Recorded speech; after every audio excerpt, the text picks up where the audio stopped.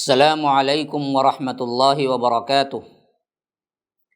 بسم اللہ الرحمن الرحیم، الصلاۃ والسلام علی اشرف الانبیاء والمرسلین نبینا محمد وعلی آلہ وصحبہ اجمعین وعلی من تبعہم بإحسان الی یوم الدین وبعد۔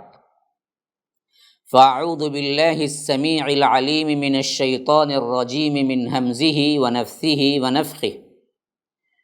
وَإِذْ أَخَذْنَا مِيثَاقَكُمْ وَرَفَعْنَا فَوْقَكُمُ الطُّورَ خُذُوا مَا آتَيْنَاكُمْ بِقُوَّةٍ وَاسْمَعُوا قَالُوا سَمِعْنَا وَعَصَيْنَا وَأُشْرِبُوا فِي قُلُوبِهِمُ الْعِجْلَ بِكُفْرِهِمْ قُلْ بِئْسَ مَا يَأْمُرُكُمْ بِهِ إِيمَانُكُمْ إِن كُنتُم مُّؤْمِنِينَ قُلْ إِن كَانَتْ لَكُمُ الدَّارُ الْآخِرَةُ عِندَ اللَّهِ خَالِصَةً مِّن دُونِ النَّاسِ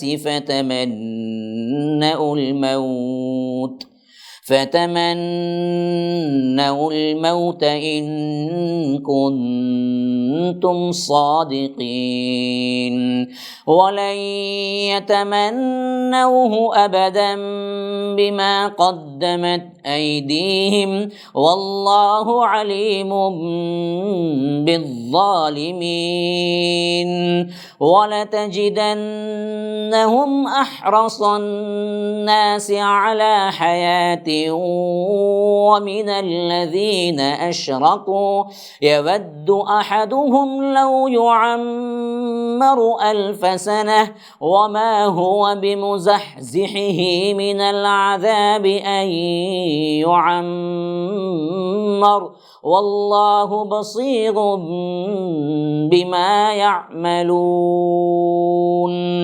اللهم أرنا الحق حقا وارزقنا اتباعه وأرنا الباطل باطلا وارزقنا اجتنابه۔ اللهم علمنا ما ينفعنا وانفعنا بما علمتنا وارزقنا علما۔ رب اشرح لي صدري ويسر لي أمري واحلل عقدة من لساني يفقهوا قولي۔ برادران اسلام، واجب الاحترام بزرگوں، دوستوں، عزیز ساتھیوں، لائق احترام ماؤں اور بہنوں، تفسیر القرآن کے ان دروس میں آج میں یہ 4 آیات میں نے آپ کے سامنے تلاوت کی ہے۔ ان آیتوں کا ترجمہ اور خلاصہ اللہ تبارک و تعالیٰ کے فضل و کرم سے میں شروع کر رہا ہوں کہ فرمایا وَإِذْ أَخَذْنَا مِيثَاقَكُمْ، اور وہ موقع بھی یاد کرو کیونکہ بات بنی اسرائیل سے ہو رہی ہے کہ جب ہم نے تمہارے سے پختہ عہد لیا، وَرَفَعْنَا فَوْقَكُمُ الطُّورَ، اور ہم نے طور پہاڑ کو تمہارے اوپر اٹھا دیا تھا۔ اور یہ ذکر پچھلے بھی گزر چکا ہے سورہ بقرہ کے ان آیات میں جہاں پر اللہ تبارک و تعالی نے ان بدبختوں نے جو سبت کا قانون توڑا تھا ان آیتوں میں بھی یہی بات ذکر کی گئی ہے۔ اور فرمایا کہ خذوا ما آتیناکم بقوہ، دیکھو ہم نے کہا تھا تم سے کہ پکڑو جو کچھ تمہیں عطا کیا جا رہا ہے پوری قوت کے ساتھ، واسمعوا، اور سنو، قالوا، ان لوگوں نے کہا سمعنا، ہاں ہم نے سنا، وعصینا، سن کے عمل نہیں کیا، بلکہ ان کی روش کیا تھی؟ کہا کہ ہم نے سنا اور نافرمانی کی، صاف۔ پھر اس کے بعد اللہ کہتا ہے وَأُشْرِبُوا فِي قُلُوبِهِمُ الْعِجْلَ بِكُفْرِهِمْ، ان کے کفر کے سبب ان کے دلوں پر بچھڑے کی محبت پلا دی گئی۔ یہ دراصل محاورہ ہے کہ شریبہ پینا، لیکن اگر محبت راسخ ہو گئی تو یہ لفظ محبت کے لیے بھی استعمال ہوتا ہے۔ تو فرمایا کہ ان لوگوں کے دلوں میں بچھڑے کی محبت اس طرح اندر چلی گئی، جیسے ہم پانی پیتے ہیں تو ہمارے جسم کے رگ رگ میں وہ پانی پہنچتا ہے، بعینی اسی طرح یہ محبت اللہ کو چھوڑ کر بچھڑے کو جو معبود بنایا، یہ معبود بنانے کی اس بچھڑے کی محبت ان کے دلوں میں کیا ہے، رگ رگ میں پیوست ہو گئی تھی۔ قل، اللہ کے رسول صلی اللہ علیہ وسلم آپ کہہ دیجئے، بئس ما یأمرکم بہ ایمانکم ان کنتم مؤمنین، یہ ہے تمہارا ایمان جو ایسے بری حرکتوں کے لیے تمہیں حکم دیتا ہے اگر تم مومن ہو۔ کیونکہ اوپر بات چل رہی تھی، انہوں نے کہا وَإِذَا قِيلَ لَهُمْ آمِنُوا بِمَا أَنزَلَ اللَّهُ، جو کچھ اللہ کی طرف سے نازل ہوا ہے اس پر ایمان لاؤ، تو انہوں نے کہا کہ قَالُوا نُؤْمِنُ بِمَا أُنزِلَ عَلَيْنَا، ہم نہیں لے آئیں گے ایمان، ہم تو صرف وہ لائیں گے جو ہم پہ اترا ہے۔ اللہ تبارک و تعالیٰ کہتا ہے کہ تم اگر واقعتاً ایمان والے ہو تو یہ دراصل کیوں کیا؟ حضرت موسیٰ علیہ السلام کے دور میں جب حضرت موسیٰ علیہ السلام تمہارے درمیان تھے، نشانیاں تم دیکھ چکے تھے، پھر بھی تمہاری روش اتنی خراب تھی، اتنی گری ہوئی تھی کہ جب طور پر جا کر حضرت موسیٰ علیہ السلام تورات کو لے کر آئے اور تمہیں پیش کیا تو تمہارے لیے فرمایا گیا کہ پہاڑ اوپر ہے، پہاڑ اوپر ہے، ایسا سما، کیونکہ پہلے تو انہوں نے انکار ہی کر دیا کہ ہم تو مانیں گے ہی نہیں کہ یہ اللہ کی کتاب ہے۔ آپ اکیلے گئے اور جا کے اکیلے آ کے کہہ رہے ہو کہ اللہ نے یہ کتاب دی، ہم کیسے قبول کر لیں؟ حالانکہ نبی ہیں، معجزات دیکھے، لیکن بدبختی کیا تھی؟ کہا کہ ہم کیسے قبول کریں؟ تو اللہ تبارک و تعالی نے انہیں پھر ایک موقع دیا توبے کا، اور حضرت موسیٰ علیہ السلام 70 سرداروں کو لے کر کوہ طور پہ پہنچے۔ وہاں پر اللہ تبارک و تعالیٰ سے ڈائریکٹ سنا، پھر بھی بدبختوں نے کہا کہ ہم اللہ کو دیکھیں گے، تو اللہ کا غضب ان پر ٹوٹا۔ پھر اس کے بعد ان 70 سرداروں کے آ کر جب قوم نے پوچھا تو اس وقت پھر بھی انہوں نے کیا کیا؟ حضرت موسیٰ کے تائید میں کہنے کے بجائے کہا کہ پتہ نہیں حضرت موسیٰ نے ہم پر کیا کر دیا، جادو کر دیا، ہم تو نہیں مانیں گے۔ تو پوری قوم پھر پلٹ گئی۔ پھر حضرت موسیٰ جب کتاب ان کو دیے تو کوئی ماننے والا نہیں تھا، تو اللہ تبارک و تعالیٰ نے ایسا سما، ایسا فضا تیار کیا کہ گویا کہ اب طور پہاڑ ان کے اوپر گرا چاہتا ہے۔ تب آئے یہ دراصل اپنی برائی کی روش سے پلٹ کر اور کہا کہ ہاں قالوا سمعنا، اور ہم نے سنا، ہم نے مان لیا۔ ہاں، یہ الفاظ تو کیا کر رہے تھے؟ بآواز بلند، لیکن دل کے اندر جو بات کہہ رہے تھے وہ کیا کہہ رہے تھے؟ وعصینا، لیکن ہم نہیں مانیں گے، نافرمانی کریں گے۔ لاکھ تم بتاؤ سمجھاؤ، یہ ہٹ درم قوم تھی اور بڑی چالاک اور اپنے کفر میں بڑی پختی ہو چکی تھی۔ اندرونی طور پر جو کہہ رہے تھے وہ تو کیا ہے، اندر سے یہی کہہ رہے تھے کہ ہم نہیں مانیں گے، اوپر سے سر ہلا رہے تھے، ہاں مانیں گے مانیں گے، سنیں گے۔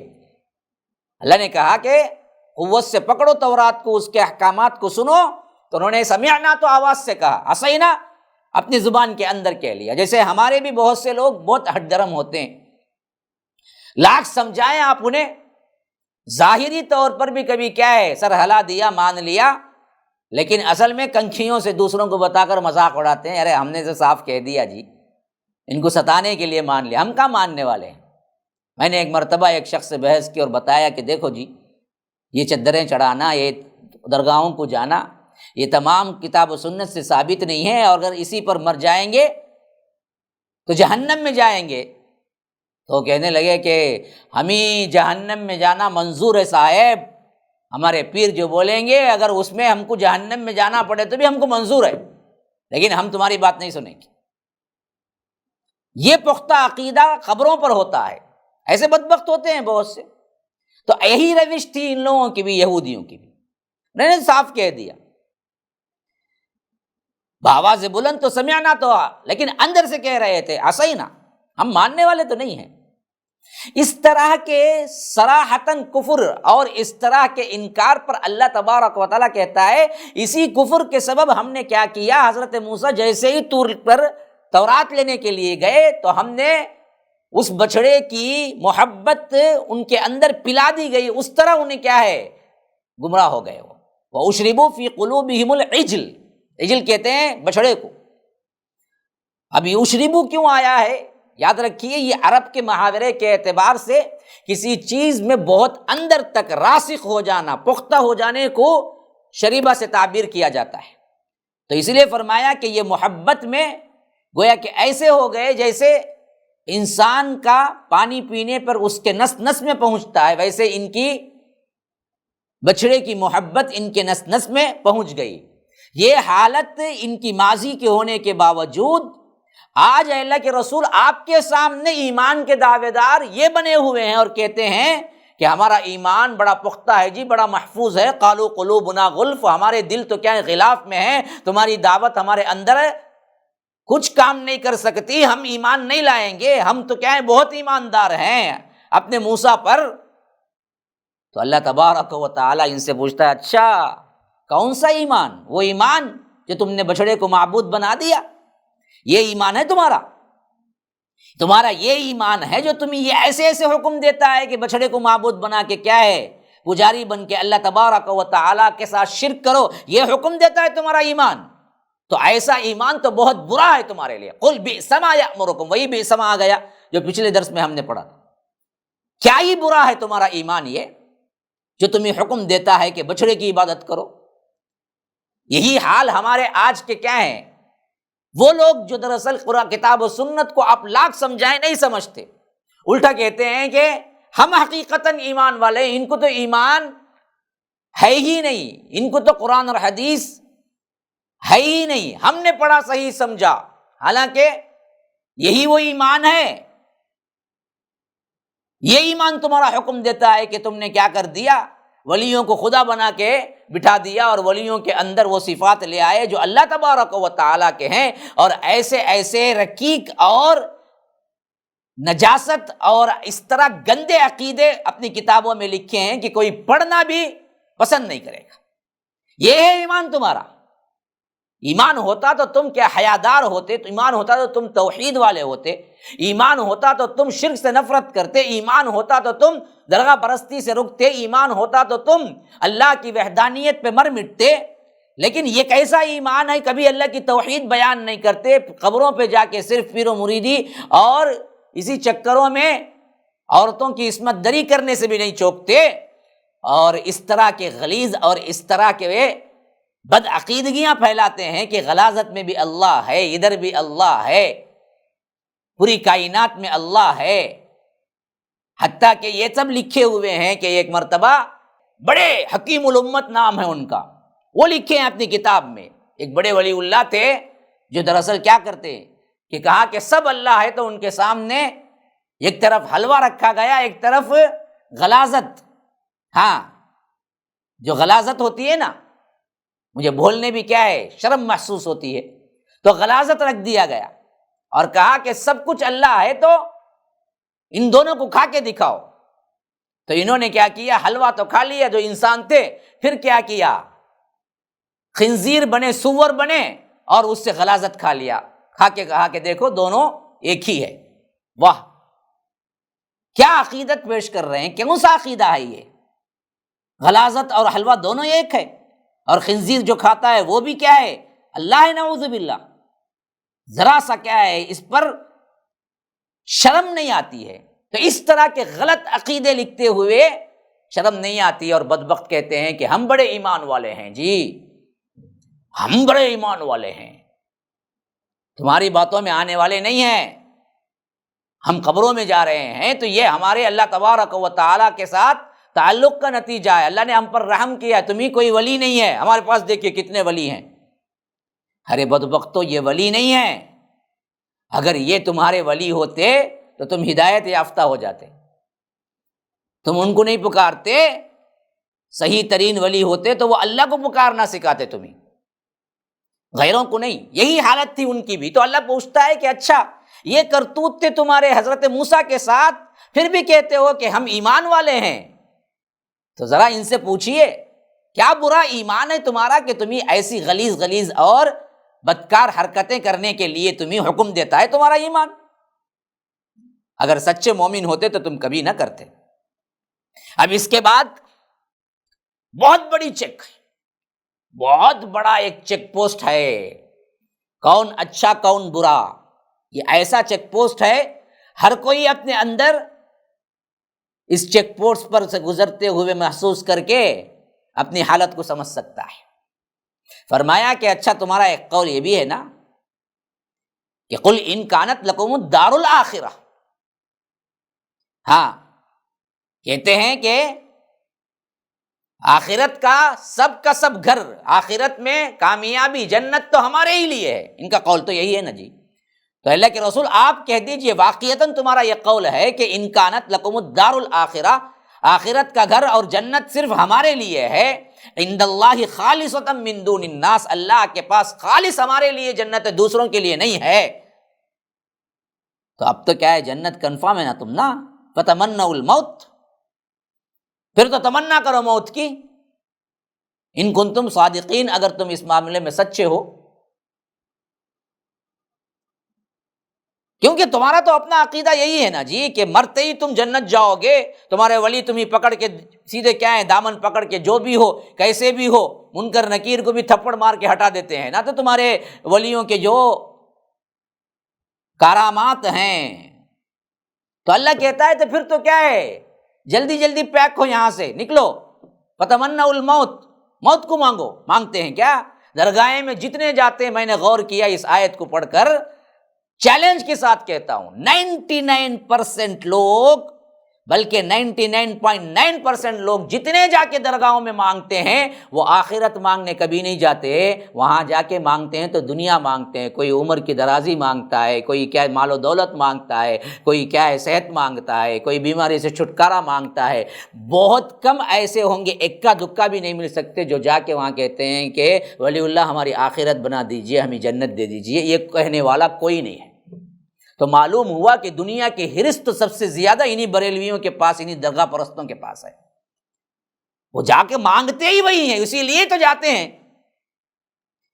بگڑی بنا دو، قسمت بنا دو، فلاں بنا دو۔ اگر تمہارے نظر میں ان ولی اللہ کے ذریعے تمہیں صرف آخرت ہی ملنی ہے اور ہم سب کو آخرت نہیں ہے، جنت نہیں ہے، تو پھر جا کے موت کی تمنا کرو نا، وہاں جا کے کیوں نہیں کرتے؟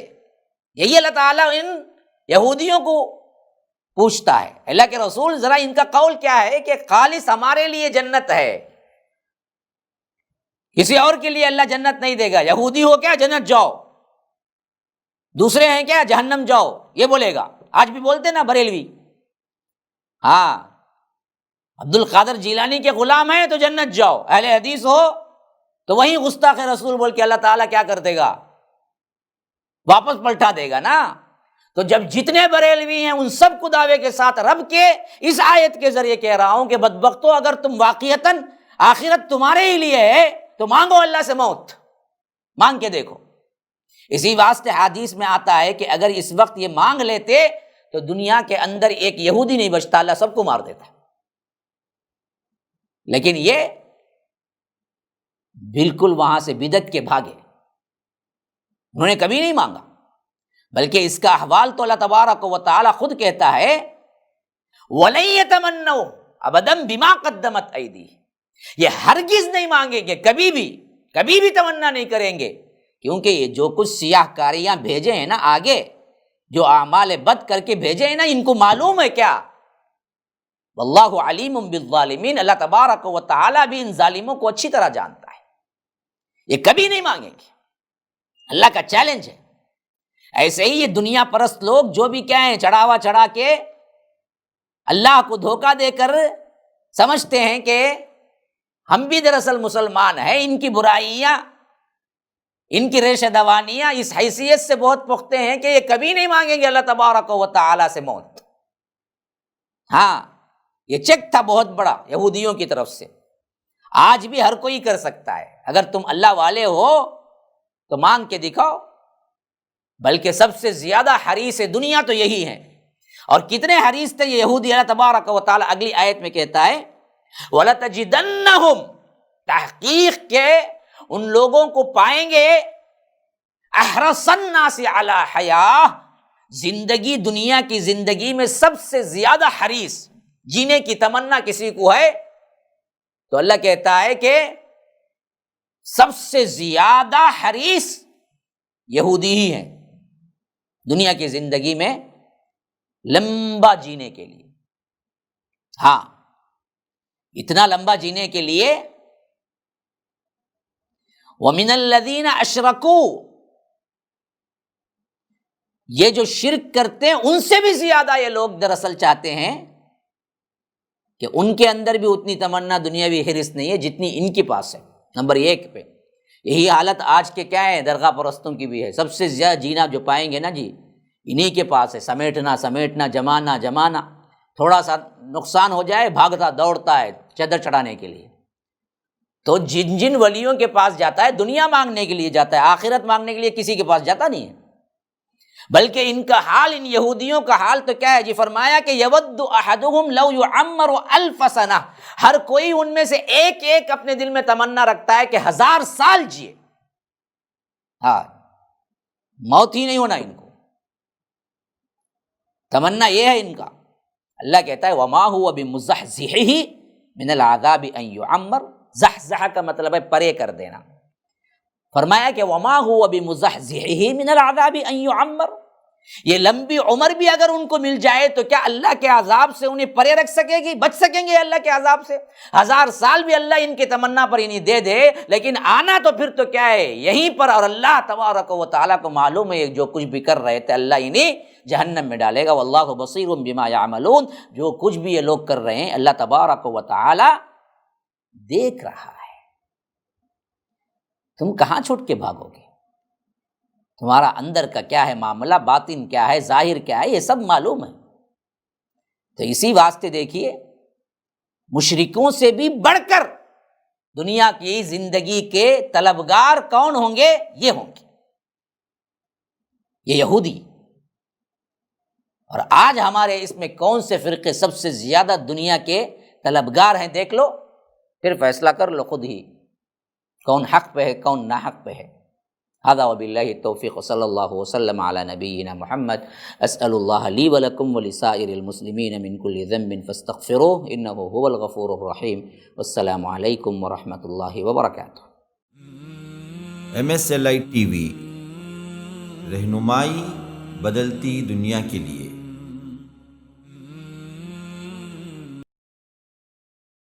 السلام علیکم ورحمۃ اللہ وبرکاتہ. الحمد للہ رب العالمین، الصلاة والسلام علی اشرف الانبیاء والمرسلین نبینا محمد وعلی آلہ وصحبہ اجمعین وعلی من تبعہم بإحسان الی یوم الدین وبعد. ناظرین و سامعین، MSLI لائیو ٹی وی کے ذریعے آپ کے سامنے درس بخاری میں پیش کر رہا ہوں، اور اللہ کے فضل و کرم سے ہم نے 35 احادیث بخاری کی پڑھی ہیں، سمجھی ہیں، اور اللہ سے دعا ہے کہ عمل کی بھی کوشش کریں گے. آخری حدیث جو ہم نے پڑھی یہ 35ویں حدیث لیلۃ القدر میں عبادت کرنا اور اس کی فضیلت کے اعتبار سے بڑی شاندار حدیث ہے، جس میں فرمایا من یقم لیلۃ القدر ایمانا واحتسابا، جو کوئی بھی قیام کیا لیلۃ القدر کی رات جو رمضان میں آتی ہے، رمضان کے آخری عشرے میں آتی ہے، اور رمضان کے آخری عشرے کے تاخراتوں میں آتی ہے. صرف 5 رات مختص کیے ہیں، زیادہ ڈھونڈنے کی ضرورت نہیں ہے. 5 میں سے ایک ضرور ہوگی. تو رمضان کو پایا اور اس نے عمل کر لیا، اور اس میں ایمان اور احتساب کے ساتھ، اخلاص کے ساتھ اس نے کیا، تو اللہ کے رسول نے فرمایا کہ اس کے سارے گناہ معاف کر دیے جاتے ہیں جو پیچھے ہیں، پچھلے سارے گناہ، ما تقدم من ذنب. اب آئیے، امام بخاری رحمہ اللہ نے 36ویں حدیث 36 حدیث نمبر کو لانے سے پہلے باب باندھا ہے، الجہاد من الایمان، جہاد بھی جزء ایمان ہے، جو کہ آج ہم بالکل ہی اسے چھوڑ چکے ہیں. یہ ایمان کا جز ہے. جہاد کا خالی مطلب کیا نہیں ہو جاتا، تلوار نکال کے ہی نہیں، جہاد کے کئی اقسام ہیں، لیکن ہم نے کسی قسم کی جد و جہد ہی چھوڑ دی۔ لیکن یہاں پر جو جہاد ہے وہ جہاد اللہ کی راہ میں کرنے کا ہی آیا ہے، جسے امام بخاری رحمہ اللہ لائے ہیں۔ حدیث کچھ اس طرح ہے، حدثنا حرمی ابن حفص قال حدثنا عبد الواحد قال حدثنا عمارۃ قال حدثنا ابو زرعۃ بن عمرو بن جرير قال سمعت ابا هريرة عن النبي صلی اللہ علیہ وسلم قال انتدب اللہ عز وجل لمن خرج في سبيله رجه الا ایمان بی او تصدیق برسلی ان ارجعه بما نال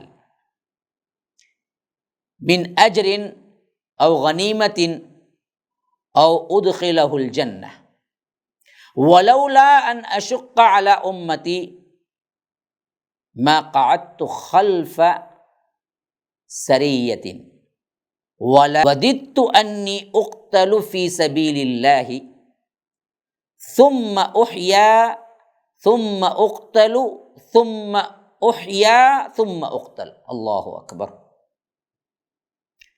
حدیث بڑی پیاری ہے۔ ترجمہ اس طرح ہے،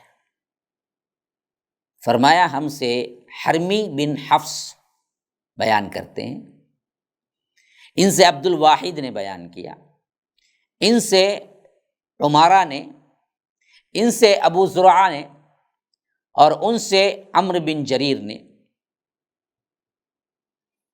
ابو زرعہ بن عمرو بن جریر نے، وہ کہتے ہیں کہ میں نے حضرت ابو ہریرہ سے سنا، وہ اللہ کے رسول صلی اللہ علیہ وسلم سے نقل کرتے ہیں کہ آپ صلی اللہ علیہ وسلم نے فرمایا، جو شخص اللہ کی راہ میں جہاد کے لیے نکلا، اللہ اس کا نگہبان ضامن ہو گیا۔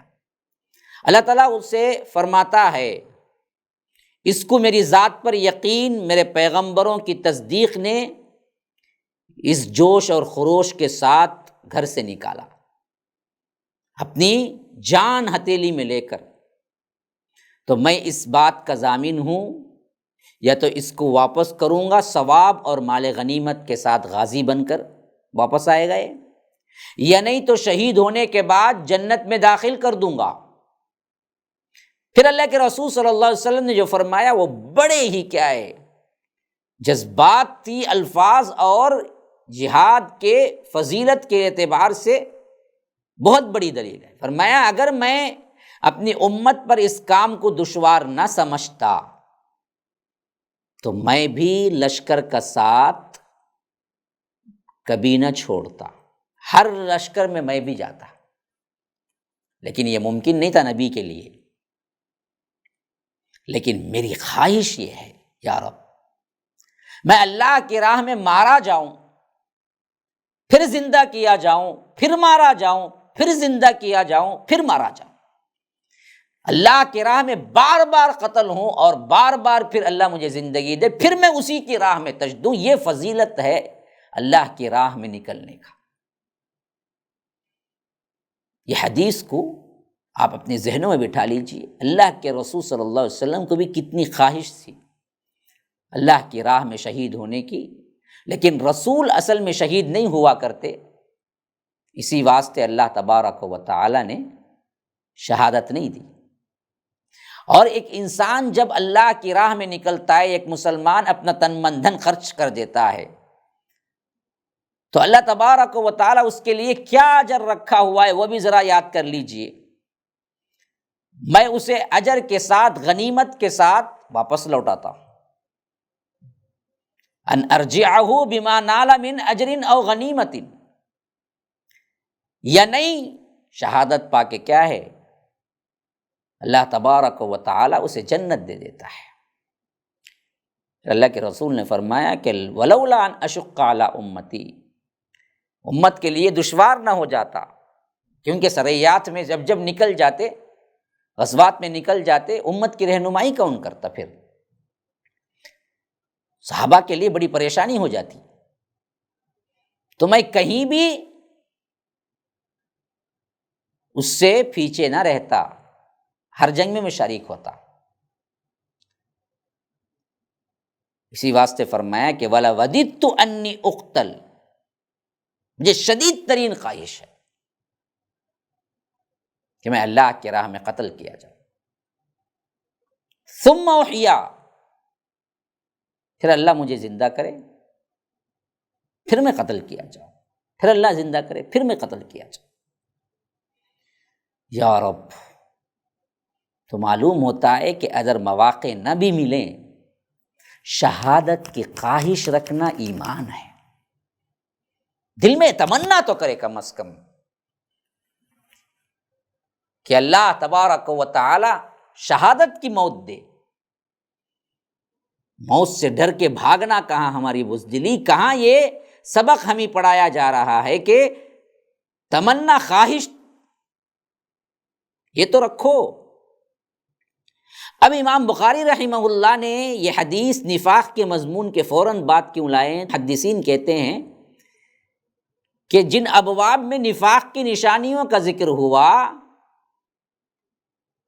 تو اب دراصل اس کے بالمقابل ایمان کی نشانیوں کا بھی ذکر ہو جائے، تاکہ ہر بندہ اپنے آپ کو جانچ کر دیکھ لے نفاق کی نشانیاں ہیں اس کے اندر، نہ کہ ایمان کی، یا ایمان کی نشانیاں ہیں نہ کہ نفاق کی۔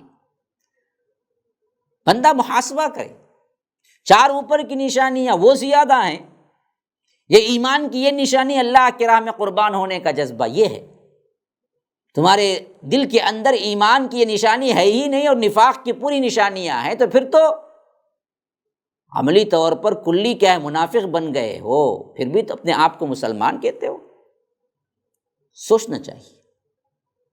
ایمان کی نشانی میں ایک تو پہلے کہ فرمایا کہ لیلۃ القدر کا قیام، اوپر کی حدیث میں 35ویں میں، من یقیم، جو کوئی لیلۃ القدر کا قیام کر لیتا ہے اور خالص اللہ کی رضا کے لیے، تو یاد رکھو یہ ایمان کی بہت بڑی نشانی ہے۔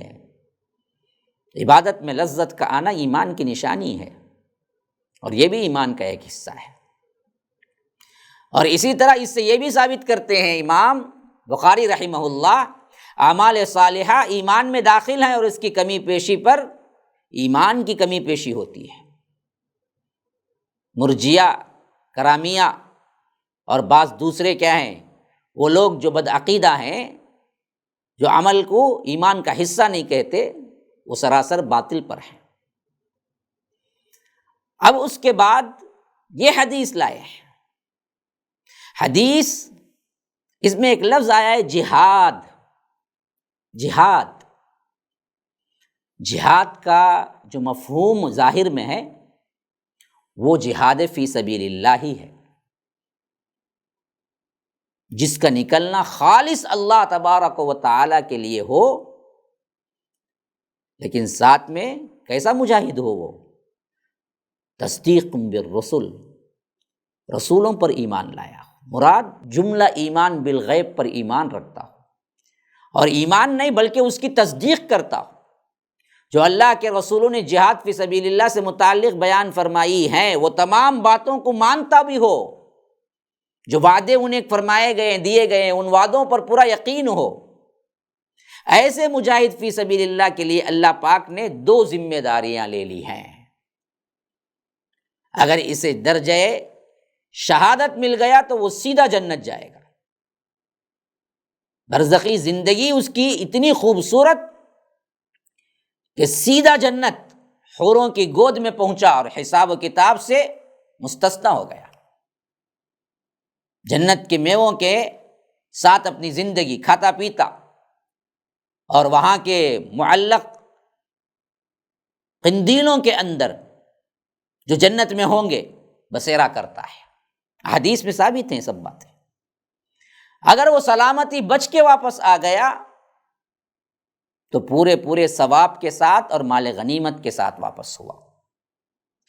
اسی واسطے حدیث کے آخری میں وہ حدیث کا ٹکڑا صاف ظاہر کر رہا ہے جو اللہ کے رسول صلی اللہ علیہ وسلم نے خود اپنے لیے مانگی ہے، جس سے آپ امت کو بتلانا کیا چاہتے ہیں کہ شہادت کا مرتبہ بہت بلند ہے، اس کی فضیلت بیان کرنے کے لیے بتا رہے ہیں۔ قرآن مجید میں اللہ نے مومنوں پہ ان کے جانوں اور مالوں کے بدلے جنت کا سودا کر لیا۔ اس آیت کو ہمیشہ یاد رکھنا چاہیے۔ ان اللہ اشتری من المؤمنین انفسهم واموالهم بان لهم الجنہ، ہم نے مومنین کے جانوں اور مالوں کو خرید لیا ہے جنت کے عوض۔ تو اب تمہاری جان تمہارے جان نہیں ہے، تمہارا مال تمہارا مال نہیں ہے، تمہارا اپنا آپ نہیں ہے، اللہ کے لیے دے چکے ہو، تو اب نکلو نا، دین کے کام کے لیے نکلو، وقت نکالو، پڑھو، سمجھو، عمل کرو، اسی جد و جہد میں اپنی زندگی گزار دو، بس مسئلہ ختم۔ تمہارے لیے دنیا نہیں ہے، تمہارے لیے آخرت ہے، اللہ نے وعدہ کر رکھا ہے تمہارے سے۔ سو اس حدیث کو آپ دل کی گہرائیوں سے پڑھیں تو بہت بڑی حقیقت واضح ہوگی میرے بھائیوں، بہت بڑی حقیقت۔ وہ حقیقت کیا ہے؟ یہ دنیا کی بے ثباتی اور یہ دنیا کی رونق، چمک دمک، اس کی اہمیت جو ہمارے دلوں میں کیا ہے بسیرا کر رہی ہے، اس کو بالکل نیست و نابود کر کے رکھ دے گا۔ یہ جہاد کا جذبہ، رب کی ملاقات، جنت کے میوے، یہ چاہیے یا اس دنیا کے کتے بن کر ذلیل و خوار ہو کر رگڑ رگڑ کے یہاں پر گناہوں سے بالکل ڈوب کر گناہوں میں ذلیل موت پانا، ذلت کی موت پانا، بستروں پہ موت پانا، یہ چاہیے؟ کیا چاہیے؟ فیصلہ کرو۔ جو زندگی رب نے دی ہے وہ زندگی کیا اسی کے لیے ہے؟ حرام کاری کرو، مکاری کرو، فحاشی کرو، عریانی کرو، بس چند مزے لے لو اور دائمی جہنم اور دائمی کیا ہے گناہ مول لو؟ یا وہ زندگی جو اللہ کے احکامات پر یہاں گزارو، یہاں بھی پاکیزہ ترین اللہ تعالیٰ اپنے ایمان والے بندوں کو دیتا ہے۔ دنیا کی زندگی بھی کوئی کیا ہے ان کی معمولی نہیں ہوتی۔ ہاں، بڑے گھر نہ ہوں، مالداری نہ ہو، بینک بیلنس نہ ہو، بڑی بڑی گاڑیاں نہ ہوں، لیکن سکون اللہ بہت دیتا ہے اللہ والوں کو، اطمینان بہت ہوتا ہے، بشاشت ہوتی ہے، قلب کے اندر خوشی کی کیفیت ہوتی ہے، مطمئن، اللہ راضی میں راضی، اللہ جیسے رکھا ہے اسی پر میں بھی ہوں، بس جو زندگی کے لمحات ملے رب کی اطاعت میں گزارتے ہوئے میں اللہ کے ہاں پہنچ جاؤں، یہی سب سے بڑی تمنا ہے۔ تو اس زندگی کا ایک الگ ہی مزہ ہے، عمل کر کے دیکھیے، اسی زندگی میں آ کے دیکھیے، پتہ چلے گا۔ یہ دنیا دار لوگ ظاہری طور پر تمام عیاشیوں کو جمع تو کر لیتے ہیں، لیکن دل سکون سے خالی مارے مارے پھرتے ہیں۔ وہ اگر اس اطمینان والی زندگی کا ایک لمحے کا بھی ان کو پتہ چل جائے، مزہ چکھ لیں، تو اپنے سارے بنگلہ، اپنے سارے بنگلات، اپنے سارے بینک بیلنس، اپنے سارا دنیا لٹا دیں۔ ہاں، ان کو کیا معلوم ہے اللہ والوں کی زندگی، اللہ کی راہ میں سب کچھ قربان کر دینے کا مزہ۔ اسی لیے اصحاب رسول اللہ صلی اللہ علیہ وسلم اس کو ایک سب سے اہم ترین فریضہ نہیں سمجھتے تھے، بلکہ کیا ہے والہانہ شوق روتے تھے کہ غزوے میں اللہ ہمیں شہادت کا مرتبہ دیتے، کہیں میں غزوے سے پیچھے نہ رہ جاؤں کسی۔ وہی دوسری طرف منافقین ہیلے بہانے کر کے رکتے تھے، لیکن اصحاب رسول اللہ ہیلے بہانے کر کے آتے تھے۔ کوئی عذر بھی ہو، اللہ کے رسول خود واپس کرنا چاہیں تو واپس نہیں ہوتے تھے، گڑ گڑا کر رو کر شامل ہو جاتے تھے کہ اللہ کے رسول مجھے واپس نہ کیجیے۔ بچے اللہ کے رسول صلی اللہ علیہ وسلم کے پاس آ کے ہلتے، کیونکہ 15 سال سے کم عمر کے بچوں کو اللہ کے رسول صلی اللہ علیہ وسلم نہیں لیا کرتے تھے۔ تو یہ بچے اپنے پاؤں کے انگوٹھوں کے بل اونچے ہو کے کھڑے ہو کر اللہ کے رسول کو کہتے تھے، اللہ کے رسول عمر نہیں ہوئی لیکن قد بڑا ہو گیا، مجھے شامل کر لیجیے۔ یہ شوق ذوق کیوں؟ انہوں نے اصل وہ حقیقت کو پا لیا جو ایمان کی زندگی ہے۔ اس دنیا کے اندر انہوں نے وہ محسوس کر لیا جو رب نے ان کے لیے تیار کیا ہوا ہے۔ تو آج اس پرفتن دور میں، دنیا داری کے دور میں، بلکہ میں تو کہتا ہوں کہ مادہ پرستی کے دور میں، ہر طرف دنیا جلدی جو ملنے والی چیز ہے، کلا بل تحبون العاجلہ وتذرون الآخرہ۔ ارے بدبختو، اصل مسئلہ یہ ہے کہ تم نے کیا کیا، یہ جلدی مل جانے والی چیز پر تم نے کیا کیا، اپنے آپ کو مائل کر لیا، یعنی دنیا کو جو بعد میں پرے رکھی گئی ہے، چھپا کے رکھی گئی ہے تمہیں، لیکن ملنا حقیقت ہے، آخرت کی زندگی، اس کو تم نے چھوڑ دیا۔ اسی واسطے تمہیں کیا ہے، دنیا کی محبت میں اندھے ہو جاتے ہو، لیکن رب کی محبت اور اسلام کی محبت میں تم ایک مصیبت، ایک تکلیف بھی نہیں اٹھاتے ہو، بلکہ عمل بھی تمہارے لیے مشکل ہو جاتا ہے۔ تو اس حدیث کو اپنے ذہنوں میں رکھیں مسلمانوں، اپنے ایمان کو تازہ کریں۔ اگلی حدیث 37 والی حدیث کے لیے امام بخاری نے باب باندھا ہے، تطوع قیام رمضان من الایمان، اس بارے میں کہ رمضان کی راتوں میں نفلی قیام کرنا بھی ایمان کی دلیل ہے۔ میں نے بتایا نا، نفاق کی علامتیں بیان کرنے کے بعد ادھر امام بخاری رحمہ اللہ ایمان کی علامتیں بیان کر رہے ہیں۔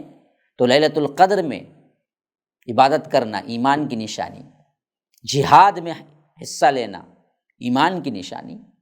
اب کہہ رہے ہیں کہ قیام، وہ بھی رمضان میں خاص نوافل کا، تطوع اس کو کہتے ہیں جو فرض کے علاوہ جو بھی ہے تطوع، جس میں سنت بھی آتی ہے، سنت موقدہ بھی آ جاتے ہیں، نوافل بھی آ جاتے ہیں، جتنی نمازیں ہیں وہ سب تطوع ہے۔ یہ بھی ایمان کی بہت بڑی دلیل ہے۔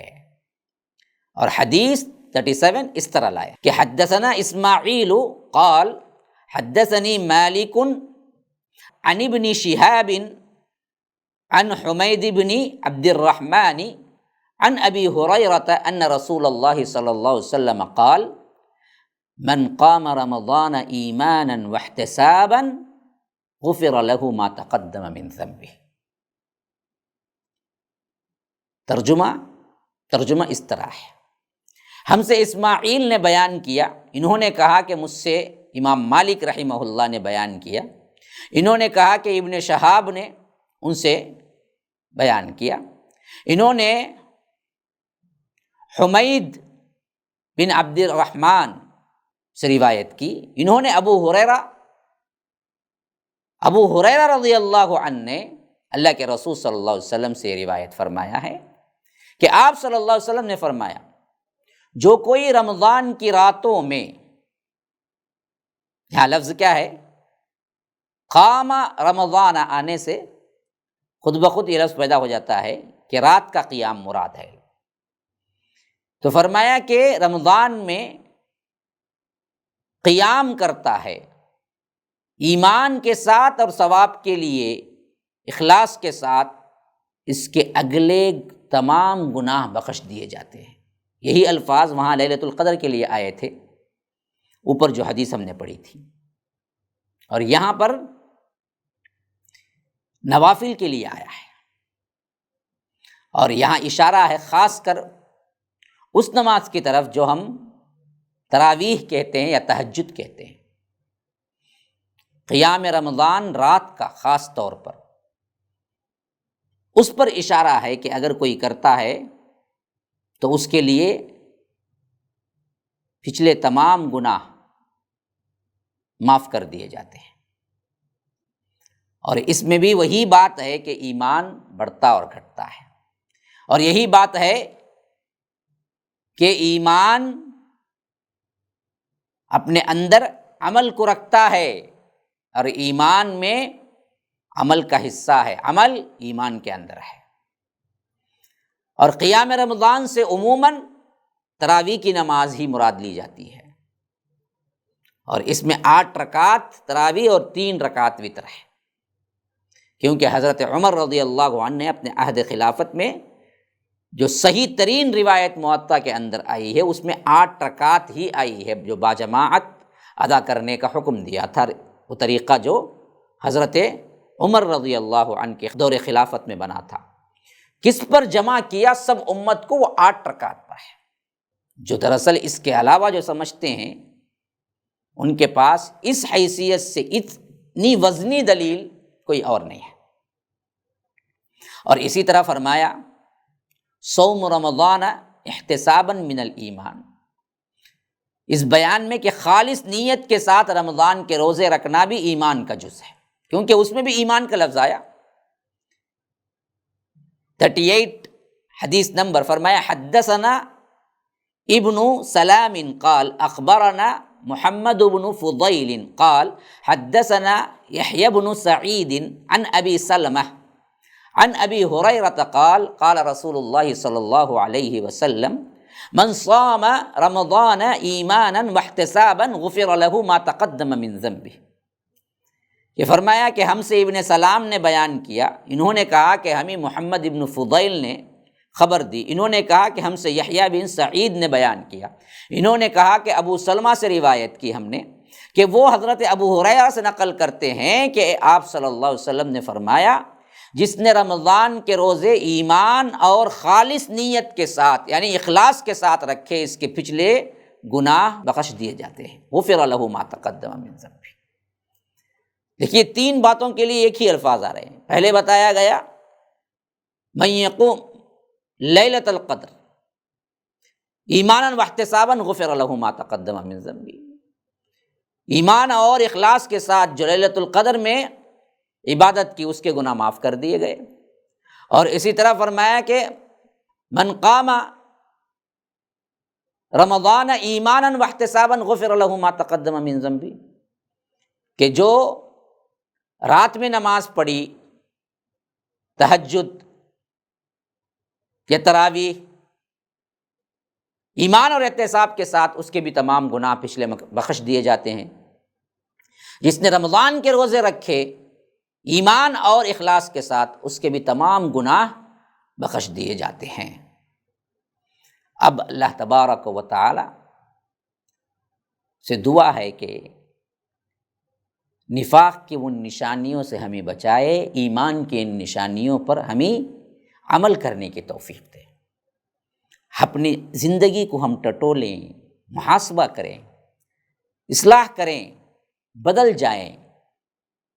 اس وقت کا بدلنا کوئی کام نہیں دے گا جب موت سر پہ آ کھڑی ہوگی یا قبر میں پہنچ چکا ہوگا بندہ، تو اس وقت رونا، چلانا، چیخنا، بھیک مانگنا اللہ سے کہ ایک مرتبہ پھر دوبارہ کیا ہے ہمیں بھیج دے، تو وہ دعائیں قبول ہونے کی نہیں ہیں۔ لیکن آج ہم روئیں گے، گڑ گڑائیں گے، پلٹیں گے، معافی مانگ لیں گے، تمہارے آنسوں کا ایک قطرہ جہنم کی آگ کو بجھا دے گا۔ آج کے کل قیامت کے دن اتنا رو گے، اتنا رو گے، اتنا رو گے کہ ان کے پانی سے جمع کر کے سمندر بن جائے اور اس میں کشتیاں چلائی جائیں تو بھی چلائی جا سکتی ہیں، لیکن پھر بھی اللہ اس وقت کی معافی قبول نہیں کرتا۔ ھذا وباللہ التوفیق، صلی اللہ وسلم علی نبینا محمد۔ اسأل اللہ لی ولکم ولسائر المسلمین من کل ذنب فاستغفروہ انہ هو الغفور الرحیم۔ السلام علیکم ورحمۃ اللہ وبرکاتہ۔ MSLI ٹی وی، رہنمائی بدلتی دنیا کے لیے۔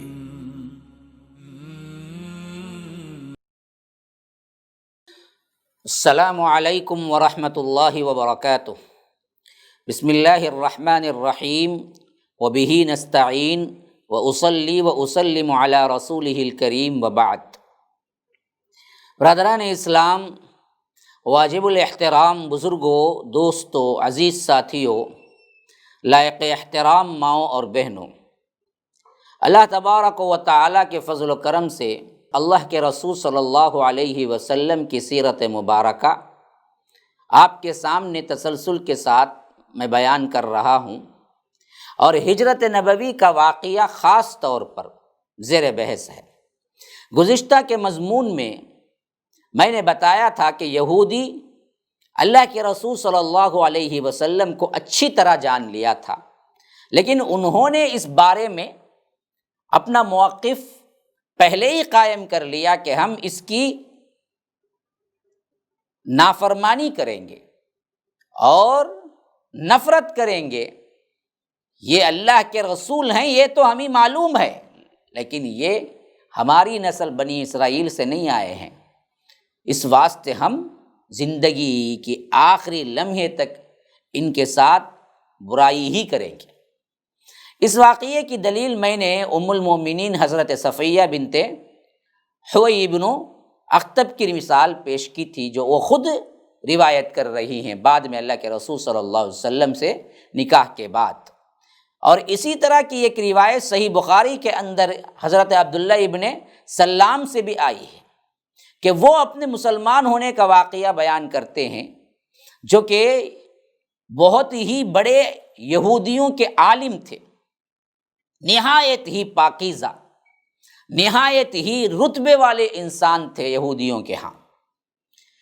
آپ کو جب بنو نجار میں اللہ کے رسول صلی اللہ علیہ وسلم کی آمد کی خبر ملی تو آپ صلی اللہ علیہ وسلم کی خدمت میں حضرت عبداللہ ابن سلام حاضر ہوئے اور چند سوالات پیش کیے جنہیں اللہ کے رسول صلی اللہ علیہ وسلم ہی جواب دے سکتے تھے، یعنی اسی وقت انہوں نے یہ جانچ لیا تھا کہ نبی کے علاوہ کوئی جواب نہیں دے سکتا اس کا، اور جو سوالات پیش ہوئے تھے وہ سوالات کے جوابات اللہ کے رسول صلی اللہ علیہ وسلم نے وحی کی اطلاع پر بالکل صحیح طور پر ان کو جوابات دے دیے۔ تو جوابات سنے، یہ واقعہ اور تفصیل سے بعد میں آئے گا، جوابات سنے تو ان لوگوں نے یعنی حضرت عبداللہ ابن سلام نے فوری طور پر مسلمان ہو گئے۔ پھر آپ نے کہا کہ اللہ کے رسول، یہ یہودی ہے نا، یہ بہت بڑے بہتان تراش بہتان باز قوم ہے، اگر انہیں اس سے قبل کہ آپ صلی اللہ علیہ وسلم کچھ دریافت فرمائیں میرے اسلام لانے کا پتہ لگ گیا تو وہ آپ کے پاس مجھ پر بہتان اور برا بھلا کہیں گے، اور آپ ان کا ٹیسٹ لینا ہے تو اللہ کے رسول میں ایک طرح چھپ جاتا ہوں اور یہ اطلاع دیے بغیر کہ میں مسلمان ہو چکا ہوں، آپ دراصل ان سے گفتگو کیجئے میرے بارے میں یہ لوگ کیا کہتے ہیں، پھر اسلام لانے کی اطلاع دیجئے تب یہ لوگ کیا کہہ رہے ہیں، تو تب آپ کو معلوم ہو جائے گا کہ یہ یہودی خصلت کیسی خصلت کے لوگ ہیں۔ تو اللہ کے رسول صلی اللہ علیہ وسلم نے یہود کے قوم کو بلا بھیجا، وہ یہودی آ گئے اور ادھر عبداللہ بن سلام گھر میں ایک کونے میں چھپ گئے۔ اللہ کے رسول صلی اللہ علیہ وسلم نے دریافت کیا کہ بتاؤ عبداللہ بن سلام تمہارے اندر کیسے آدمی ہیں؟ انہوں نے کہا کہ ہمارے سب سے بڑے عالم ہیں اور سب سے بڑے عالم کے بیٹے ہیں، ہمارے سب سے اچھے آدمی ہیں اور سب سے اچھے آدمی کے بیٹے ہیں۔ ایک روایت کے الفاظ تو یہ ہیں کہ ہمارے سردار ہیں اور ہمارے سردار کے بیٹے ہیں، اور ایک دوسری روایت کے الفاظ یہ ہیں کہ ہمارے سب سے اچھے آدمی ہیں اور سب سے اچھے آدمی کے بیٹے ہیں، اور ہم میں سب سے افضل ہیں اور سب سے افضل آدمی کے بیٹے ہیں۔ یعنی ان کی تعریف نہیں، ان کے باپ کی تعریف کے ساتھ تعریفوں کے پل باندھ دیے۔ تو اللہ کے رسول صلی اللہ علیہ وسلم نے ان سے کہا، یہودیوں سے، اچھا یہ بتاؤ اگر عبداللہ مسلمان ہو جائیں تو؟ یہود نے 2 یا 3 بار کہا اللہ ان کو اس سے محفوظ رکھے، اللہ ان کو اس سے محفوظ رکھے، اللہ ان سے اس کو محفوظ رکھے۔ پھر اس کے بعد یہ باتیں ہو ہی رہی تھی، حضرت عبداللہ بن سلام باہر نکل کے آئے اور فرمایا اشہد ان لا الہ الا اللہ و اشہد ان محمد رسول اللہ۔ جیسے ہی کلمہ شہادت پڑھا کہ میں گواہی دیتا ہوں اللہ کے سوا کوئی لائق عبادت نہیں، اور میں گواہی دیتا ہوں محمد صلی اللہ علیہ وسلم اللہ کے رسول ہیں، تو اتنا سننا تھا کہ یہودی بول پڑے شرنا وابن شرنا، یہ ہمارا سب سے برا آدمی ہے اور سب سے برے آدمی کا بیٹا ہے۔ یہ تھی ان کی کیا ہے سرشت، بہتان ترازی میں، بہتان باندھنے میں، گرگٹ کی طرح اپنی چال بدلنے میں اپنی مثال آپ تھے بدبخت یہودی۔ یہ ٹیسٹنگ کے ذریعے اللہ کے رسول صلی اللہ علیہ وسلم کو گویا کہ عبداللہ ابن سلام بھی بتا رہے تھے کہ میری قوم کتنی بری ہے۔ ابھی جس کو یہ کہہ رہے تھے کہ سب سے بہترین آدمی، سب سے بہترین آدمی کے بیٹے جیسے ہی اسلام قبول کرنے کا بتائے تو بدبختوں نے کہا کہ شرنا وابن شرینا، یہ برا آدمی ہے ہمارے قبیلے کا اور یہ سب سے بڑے برے آدمی کا بیٹا ہے، باپ کو بھی لا لیا۔ اور اسی وقت ان کی ایسی ایسی برائیاں شروع کر دی جو وہ سوچ بھی نہیں سکتے تھے۔ ایک روایت میں تو یہ ہے کہ اس پر عبداللہ ابن سلام رضی اللہ عنہ نے فرمایا کہ اے جماعت یہود، اللہ سے ڈرو، اس اللہ کی قسم جس کے سوا کوئی معبود نہیں ہے، تم لوگ جانتے ہو کہ یہ اللہ کے رسول ہیں اور حق لے کر آئے ہیں، اور ان کی شہادتیں، ان کی پیشن گوئیاں تورات میں موجود ہیں۔ یہ سب کچھ ہوتے ہوئے بدبختو تم انکار کرتے ہو۔ لیکن یہودیوں نے کہا کہ تم جھوٹ بولتے ہو، جس عالم کی وہ بات مانتے تھے وہی عالم بتا رہا ہے، لیکن اب کہہ رہے ہیں کہ تم ہمارے عالم ہی نہیں ہو بلکہ تم جھوٹے ہو۔ یہی حال ہمارا بھی ہے۔ آج کے جو لوگ اللہ کے رسول کی لائی ہوئی تعلیمات اور توحید کو چھپا کے غلط بولتے ہیں نا جی، ان بریلویوں کو آپ لاکھ سمجھائیں ایک تو سدھرتا نہیں، لیکن اکا دکا کوئی اچھا عالم ان میں کا اپنے دل کے ہاتھوں جو ضمیر کی ملامت ہوتی ہے اس سے کوئی توبہ کر کے آ جاتا ہے اور کہتا ہے کہ یہ سچ ہے کہ ہم نے چھپایا، ہم کو معلوم ہے توحید، اب میری بات مانو، یہی یہودی عوام کی طرح کہتے ہیں کہ تم تو بہت برے ہو، اس کی اپنی بات بھی نہیں ماننا ہے جن کو وہ مانتے تھے پہلے۔ ایسے کئی ہیں جو صحیح العقیدہ اپنا کے بریلویت چھوڑ دی، لیکن جب بعد میں خود اپنے بھائیوں سے کہا کہ میں نے کیوں چھوڑ دی، قرآن اور حدیث کے خلاف ہے، لیکن یہ بات ماننے والے نہیں تھے۔ یہی حال یہودیوں کا بھی تھا۔ تو یہ پہلا تجربہ تھا جو اللہ کے رسول صلی اللہ علیہ وسلم کو یہود کے متعلق معلوم ہو گیا، اور خود حضرت عبداللہ بن سلام نے بتا دیا، جو کہ مدینے میں داخلے کے پہلے ہی دن معلوم ہو گیا، یوں سمجھیے۔ اب جو حالات میں نے آپ کے سامنے رکھا، یہ تینوں حیثیت سے مسلمان جو مہاجر اور انصار تھے وہ، اور قدیم باشندے جو خزرج اور اوس کے مدینے کے تھے وہ، اور یہودی، وہ تمام پہلو سامنے لانے کے لیے میں نے ان کے مختصر ترین حالات آپ کے سامنے رکھ دیے، تاکہ آگے چل کر جب ان کا حوالہ دیا جائے تو آپ ان کو اچھی طرح سمجھ لیں۔ تو اللہ کے رسول صلی اللہ علیہ وسلم مدینے میں بنو نجار کے ہاں جمعہ کے دن، جو کہ 12 ربیع الاول ہی تھا اس دن، کیونکہ 1 ربیع الاول کو غار ثور سے نکلے، 8 دن کا سفر تھا، پھر اس کے بعد پہنچے، پھر قباء میں رہے، پھر وہاں 4 دن رہے، تو 1 اور 8 اور 4 12 ہو گئے۔ تو جہاں جمعہ کے دن اللہ کے رسول مدینے میں داخل ہوئے، وہ بھی 12 ربیع الاول 1 ہجری مطابق حضرت ابو ایوب انصاری کے مکان میں نزول فرمایا، تو اسی وقت فرمایا تھا کہ انشاءاللہ یہی میری منزل ہوگی۔ پھر آپ یہاں پر بروایت مختلف 6 مہینے رہے، جب تک کہ مسجد نبوی اور حجرات تیار نہیں ہوئے تھے، حضرت ابو ایوب انصاری کے مکان ہی میں مستقل رہے۔ اب اس کے بعد سب سے اہم ترین کام جو ہوا وہ کیا تھا؟ وہ مسجد نبوی کی تعمیر کا تھا۔ مسلمانوں کو اس سے سبق دینا مقصود ہے کہ سب سے پہلا کام اپنا گھر بنانا نہیں ہے، اللہ کا گھر بنانا ہے۔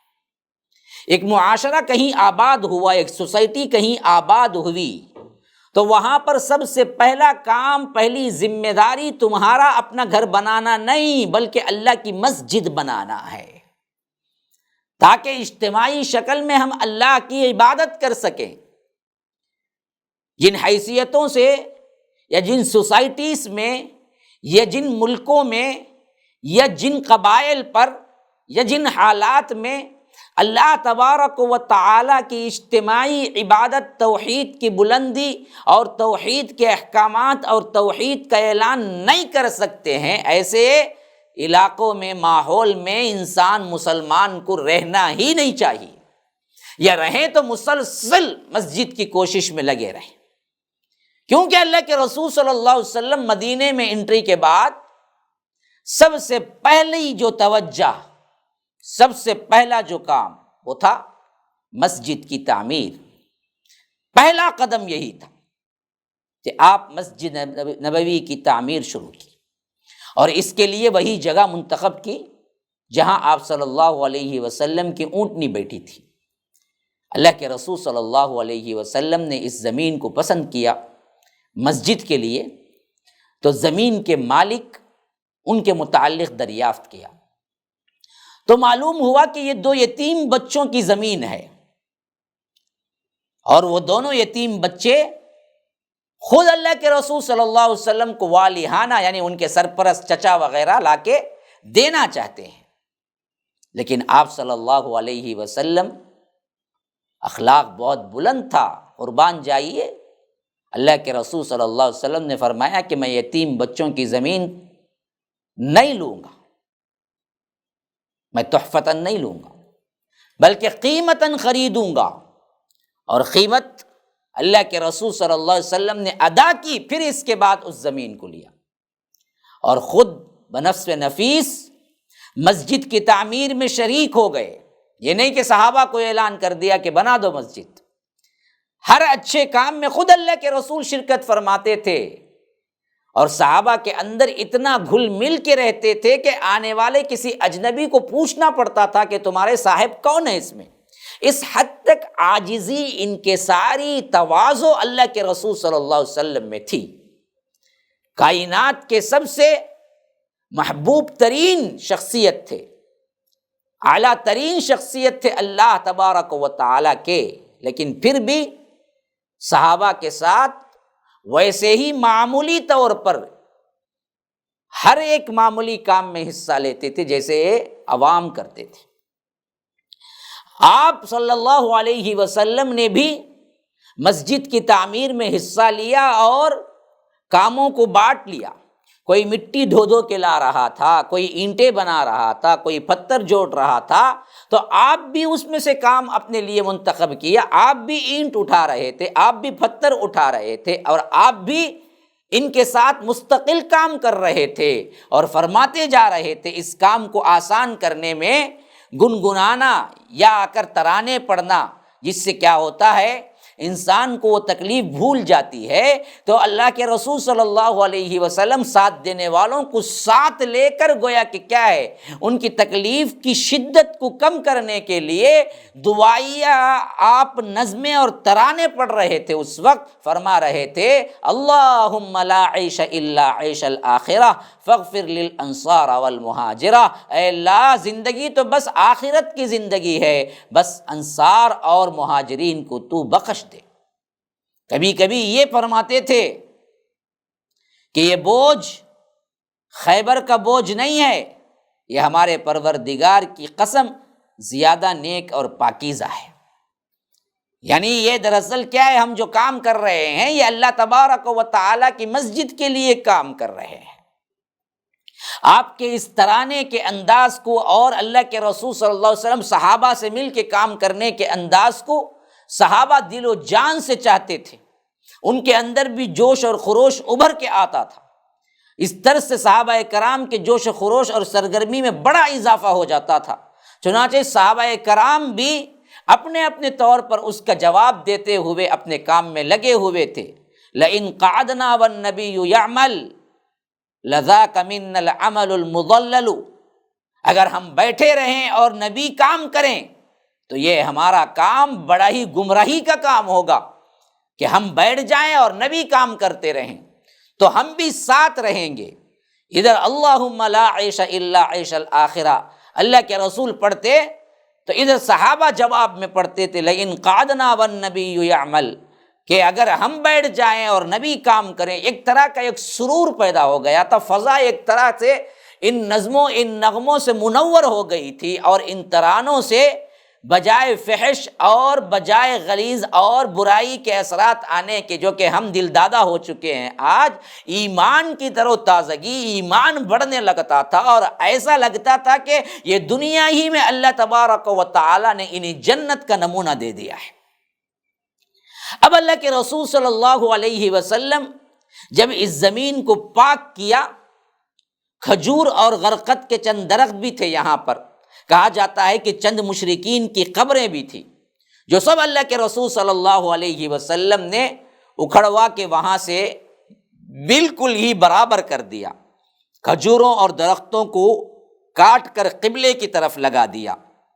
اس وقت قبلہ بیت المقدس تھا، اور دروازے کے بازو دونوں پائے جو تھے، دروازے کے جو دو ستون تھے وہ پتھر کے بنائے گئے تھے، دیواریں جو تھی کچی اینٹ اور گارے سے بنائی گئی، چھت پر کھجور کی شاخیں اور پتے ڈلوا دیے گئے، اور کھجور کے تنوں کے کھمبے اندر ستون کے طور پر اللہ کے رسول صلی اللہ علیہ وسلم نے پیوست کر دیے۔ زمین پر کوئی کارپیٹ نہیں تھا، زمین پر کوئی حسیر بھی نہیں تھی، زمین پر کوئی کپڑا بھی نہیں تھا، بلکہ زمین وہ تھی جو چھوٹی چھوٹی کنکریوں اور ریت سے بچھائی گئی۔ 3 دروازے لگائے گئے، قبلے کی جانب سے پچھلی دیوار تک 100 ہاتھ لمبی ایک چوڑی دیوار بنائی گئی، اور اس سے کچھ کم دوسری طرف سے 3 گہری ہاتھ کی زمین سے اوپر اٹھا کر دیوار بنائی گئی۔ آپ صلی اللہ علیہ وسلم مسجد کے بازو میں چند مکانات بھی تعمیر کیے، جن کی دیواریں کچی اینٹ کی تھی، اور چھتیں کھجور کے تنوں کی کڑیاں دے کر کھجور کے شاخ اور پتوں سے بنائی گئی تھی۔ یہی آپ کے ازواج مطہرات کے حجرات تھے، گھر تھے۔ ان حجروں کی تعمیر مکمل ہو جانے کے بعد اللہ کے رسول صلی اللہ علیہ وسلم حضرت ابو ایوب انصاری کے مکان سے یہاں منتقل ہو گئے تھے۔ ذرا اندازہ کیجئے مسلمانوں، مسجد کیسے بنی، گھر کیسے بنے، کچی مٹی کے، اوپر کی چھت کیسی، کھجور کے درخت کے پتے اور تنے جن میں سے سوراخوں سے چھن کے دھوپ آیا کرتی تھی، بارش ہو تو پانی ٹپکتا تھا، اور ایک آدمی لیٹے اور کھڑا ہو تو لیٹے تو دیوار لگتی تھی سر کو، کھڑا ہو تو چھت لگتی تھی۔ ویسے ایک آدمی کے فٹ کے اعتبار سے اتنے چھوٹے چھوٹے کیا ہے کمرے تھے، جو حجرات نبوی کہلاتے تھے، جو اللہ کے رسول نے اپنے ازواج مطہرات کو دیا تھا۔ نبی اور سٹی تعمیر ہو رہی ہے، سٹی تعمیر ہو تو سردار کا مکان سب سے بہترین بنایا جائے، لیکن اسوا دیکھیے، بڑا آدمی ہے، بیوی کو بڑے اچھے محل میں رکھے، لیکن اسوا دیکھیے، یہاں شوہر کو بیوی تانے دیتے زندگی گزار دیتی ہے، میرے لیے ایک گھر نہیں بنوائے، تمہیں اتنی بڑی کمپنی ملی، تمہیں اتنا بڑا تھا، تم نے فلاں دیا تھا اللہ، لیکن اگر وہ دیندار ہے تو کوئی سوال ہی نہیں پیدا ہوتا۔ اللہ کے رسول کو اللہ نے اتنا دیا تھا، لیکن جو حجرہ بنا تھا وہی حجرہ 10 سال تک رہا، اس کے لیے پختہ تعمیر بھی نہیں کی تھی، اور حجرہ اتنا چھوٹا تھا کہ لیٹتے تو دیوار لگتی سر کو، کھڑے ہوتے تو چھت لگتی۔ اسی پہ 10 سال گزرا، 10 سال عرب و عجم کے خزانے آ گئے، جبھی بھی اللہ کے رسول صلی اللہ علیہ وسلم نے اپنے گھر کی حیثیت نہیں بدلائی۔ یہ بہت بڑا اسوہ ہے۔ قرآن اور حدیث کو ماننے کا دعویٰ صرف یہ نہیں ہے کہ کیا ہے ہاتھ اوپر رکھ لیں، سینے پہ باندھ لیں یا انگلی ہلا دیں، مسئلہ ختم۔ یہ سب بھی تو سیرت ہی ہے نا، یہ سب بھی تو کیا ہے حدیث ہی ہے نا، اس پر عمل کون کرے یہ بھی تو دیکھے نا۔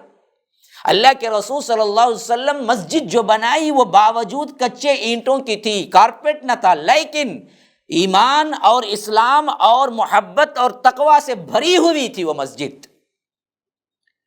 تو اصل بات تو آباد کرنے کا مطلب تعمیرات میں بڑے بلند دعوے نہیں ہیں، بڑے بلند مینار نہیں ہیں، اصل آباد تو انسانوں اور نمازیوں سے ہوتی ہے مسجد کی۔ اسی لیے یہ مسجد محض ادائے نماز کے لیے نہ تھی، بلکہ یہ مسجد ایک یونیورسٹی تھی۔ میں کہتا ہوں آج دنیا میں جتنے مساجد ہیں وہ مساجد بھی مسجد نبوی کی طرح اپنے آپ میں یہ تمام صفات لیے ہوئے ہو جائیں، وہ ایک مسجد صرف نماز ادا کرنے کے لیے نہ ہو، وہ ایک یونیورسٹی ہو، تو ہمارے حالات تبدیل ہو جائیں۔ آج مساجد نماز کے لیے کھولے جاتے ہیں اور بند کر دیے جاتے ہیں، قومی کاموں کے لیے کبھی مسجد استعمال نہیں ہوتی، حالانکہ یہ اللہ کے رسول کی تعلیم نہیں تھی، یہ ایک یونیورسٹی تھی جس میں مسلمان اسلامی تعلیم اور ہدایات کا درس حاصل کرتے تھے، یہ ایک محفل تھی جس میں مدتوں جاہلی کشاکش اور نفرت اور باہمی لڑائیوں سے دوچار رہنے والے قبائل کے افراد اپنے محبت سے مل جل کر ایک معاشرہ تعمیر کر رہے تھے۔ نیز یہ ایک مرکز تھا جہاں سے اس ننھی سی ریاست کا سارا نظام چلایا جا رہا تھا، پارلیمنٹ یہ مسجد ہی تھی، اور مختلف قسم کی مہمات، فوج بھیجنا ہے، کوئی اہم ایکٹیویٹیز ہیں، وہ سب یہی مسجد کے اندر ہو رہا تھا۔ اس حیثیت سے یہ مسجد شورا کی میٹنگ بھی تھی، اس کے اندر مجلس انتظامیہ بھی تھی، اس کے اندر بڑے بڑے اجلاس بھی منعقد ہوتے تھے، یہ مستقلاً پارلیمنٹ بھی تھی اسلامی حکومت کی۔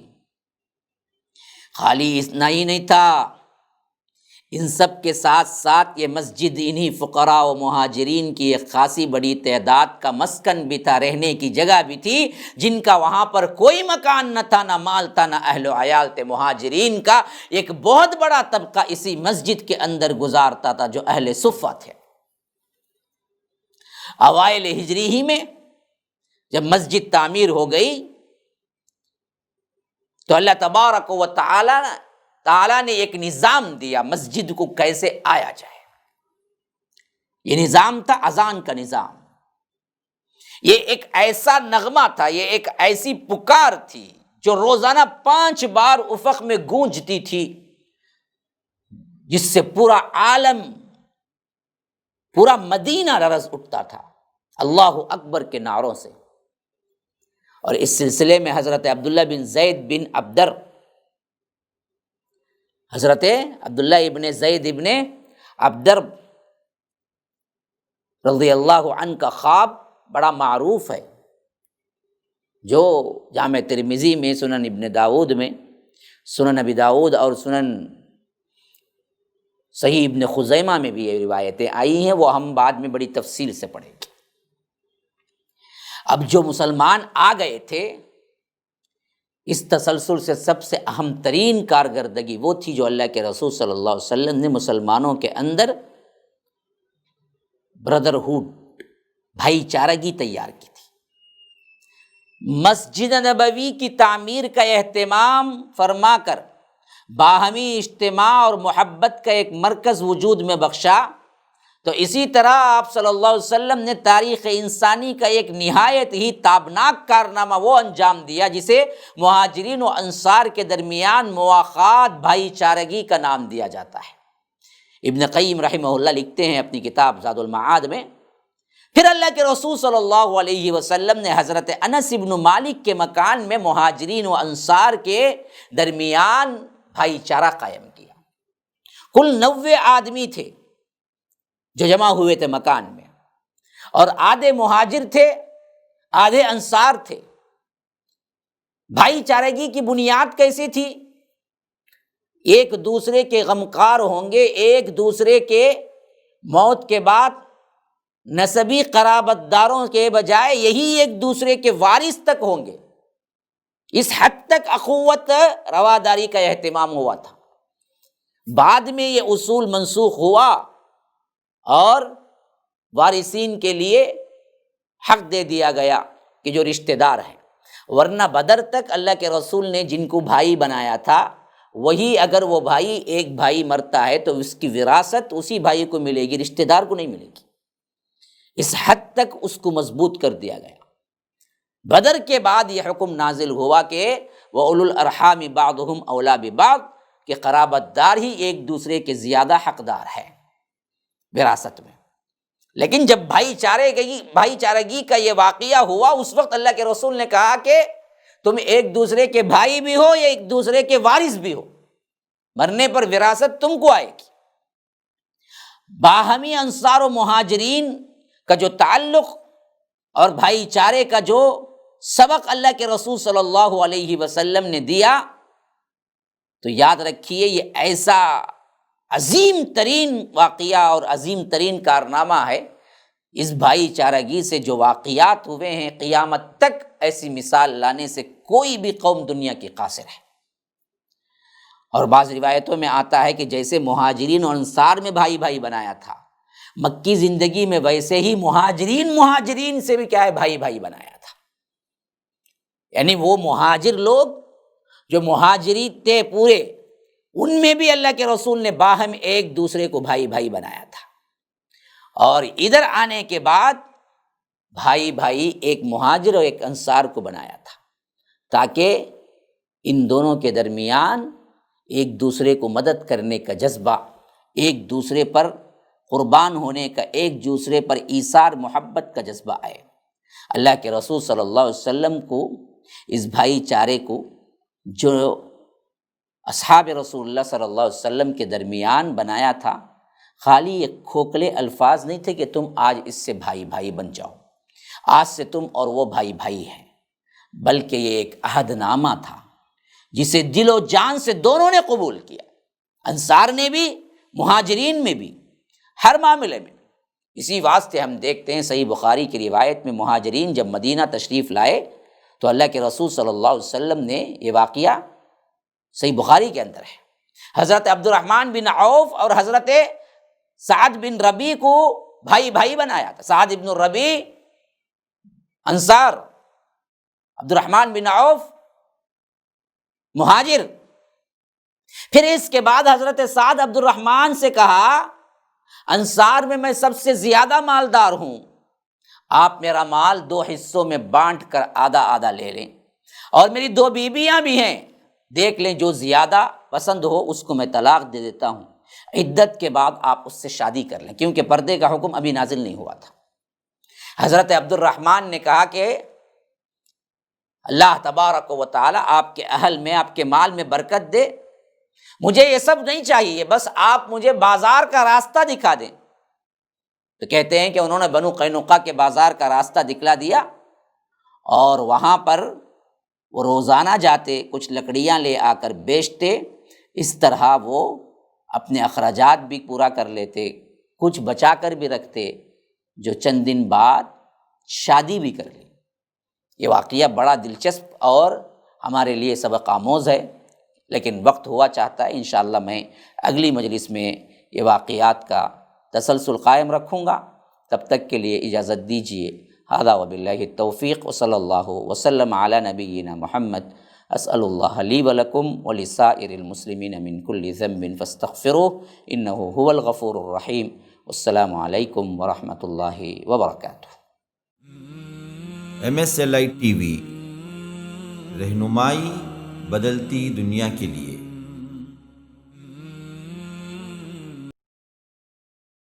السلام علیکم ورحمۃ اللہ وبرکاتہ۔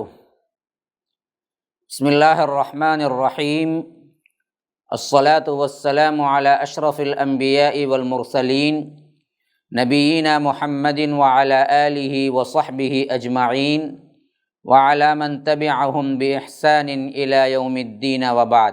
برادران اسلام، واجب الاحترام بزرگوں، دوستوں، عزیز ساتھیوں، لائق احترام ماؤں اور بہنوں، العقیدۃ الاسلامیہ، اس عنوان کے تحت آپ لوگوں کے سامنے صحیح عقیدہ کیا ہے اور غلط عقائد کس طرح ہمارے اندر یعنی امت مسلمہ میں پیدا ہوئے، اس کے بنیادی وجوہات کیا ہیں، اس پر میں روشنی ڈالتے ہوئے اس بات کو سمجھانے کی کوشش کی تھی آخری ہمارے جو یعنی گزشتہ کا جو درس رہا ہمارا، کہ ہر ایک جو گمراہ ہوا وہ اصل میں اس کی نیت صحیح تھی اور وہ اللہ کو اس دنیا میں دیکھنا چاہتا تھا۔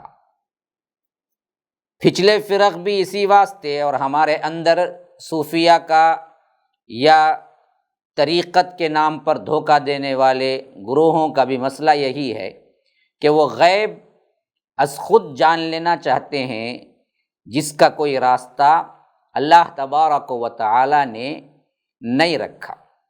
جتنا ضروری تھا وہ انبیاء کے طرف سے ہمیں عطا ہو گیا، اور یہ بات بھی صاف اعلان کر دی گئی کہ اس دنیا میں ان آنکھوں کے ساتھ تم اللہ کا دیدار نہیں کر سکتے، لا تدرکہ الابصار وہو یدرک الابصار، صاف طور پر کہہ دیا گیا کہ نگاہیں اس کو پا نہیں سکتی۔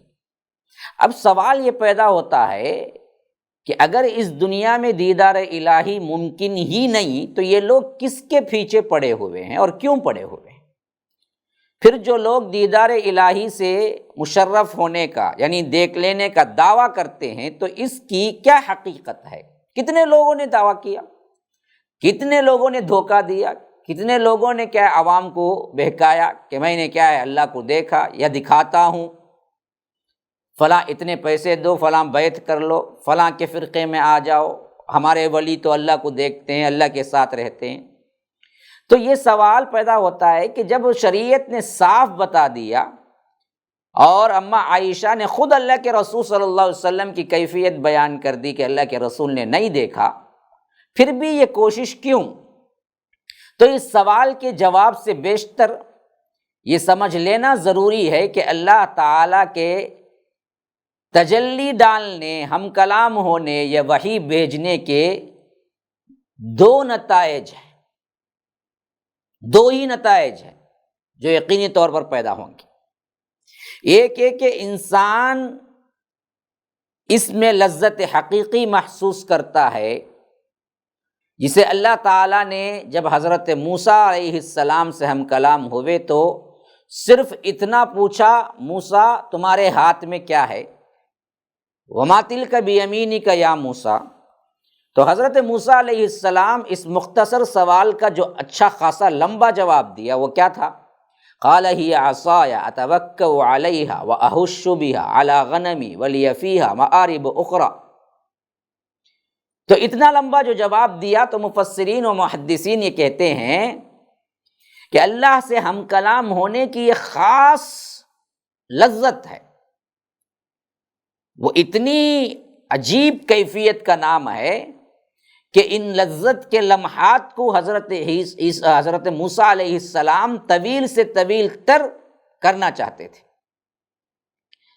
اور اسی طرح ہم دیکھتے ہیں کہ اللہ کے رسول صلی اللہ علیہ وسلم کے پہلے وحی کے بعد کچھ عرصہ وحی نہیں آئی جس میں اللہ کے رسول صلی اللہ علیہ وسلم انتہائی بے چین رہتے تھے اور نگاہ اٹھا اٹھا کے آسمان کی طرف دیکھتے تھے۔ بخاری کے اندر یہ روایت موجود ہے کہ اللہ کے رسول صلی اللہ علیہ وسلم حتیٰ کہ اتنا اضطراب تھا کہ کبھی کبھی گھر سے باہر نکل جاتے تھے۔ تو یہ ایک کیفیت ہوتی ہے۔ دوسرا نتیجہ یہ ہوتا ہے کہ انسان کی طبیعت پر خاصا بوجھ پڑتا ہے جو بعض دفعہ ناقابل برداشت ہوتا ہے، جیسا کہ اللہ کو دیکھنے کی تمنا کی تو اللہ نے تجلی ڈالی، فلما تجلی ربہ للجبل، پہاڑ پر، لیکن ہوا کیا اس کا ایفیکٹ؟ وخر موسیٰ صعقا، موسیٰ علیہ السلام برداشت نہیں کر سکے، بے ہوش ہو گئے، پہاڑ تو ریزہ ریزہ ہو کر کیا ہے برباد ہو گیا، اس کا تو کیا ہے ریزہ ریزہ ہو گیا۔ تو اسی طرح اللہ کے رسول صلی اللہ علیہ وسلم سے وحی کے اعتبار سے بھی یہ بات واقعہ ہمیں ملتا ہے کہ کسی سفر میں اللہ کے رسول صلی اللہ علیہ وسلم اونٹنی پہ سوار تھے اور وحی نازل ہو گئی تو وہ اونٹنی سنبھال نہ سکی اور زمین پہ بیٹھ گئی، اور خود اللہ کے رسول صلی اللہ علیہ وسلم پر وحی کی کیفیت بیان کرتے ہوئے صحابہ بیان کرتے ہیں کہ نزول وحی کے وقت شدید ترین ٹھنڈ میں بھی اللہ کے رسول صلی اللہ علیہ وسلم کو پسینہ آ جاتا تھا، اور پہلے وحی کے الفاظ سن کر بھی اللہ کے رسول صلی اللہ علیہ وسلم گھبراہٹ کے ساتھ گھر واپس لوٹے اور فرمایا زملونی زملونی۔ یہ کیفیات جو اللہ تبارک و تعالیٰ کے سچے پیغمبر ہیں ان پر ہوئی جب اللہ تبارک و تعالیٰ نے وحی کیا۔ اب بزرگ اولیاء جو مشاہدہ حق یا ہم کلام ہونے کا دعویٰ کرتے یا دیکھ لینے کا اللہ کو دعویٰ کرتے ہیں، ان میں اور انبیاء میں جو بنیادی فرق ہے وہ یہ کہ انبیاء کے ساتھ جو واقعہ پیش آتا ہے وہ مبنی بر حقیقت ہوتا ہے، حقیقت پر مبنی ہوتا ہے، لیکن دوسروں سے جو ایسے واقعات پیش آتے ہیں وہ شیطانی فریب کے سوا کچھ بھی حقیقت نہیں رکھتے۔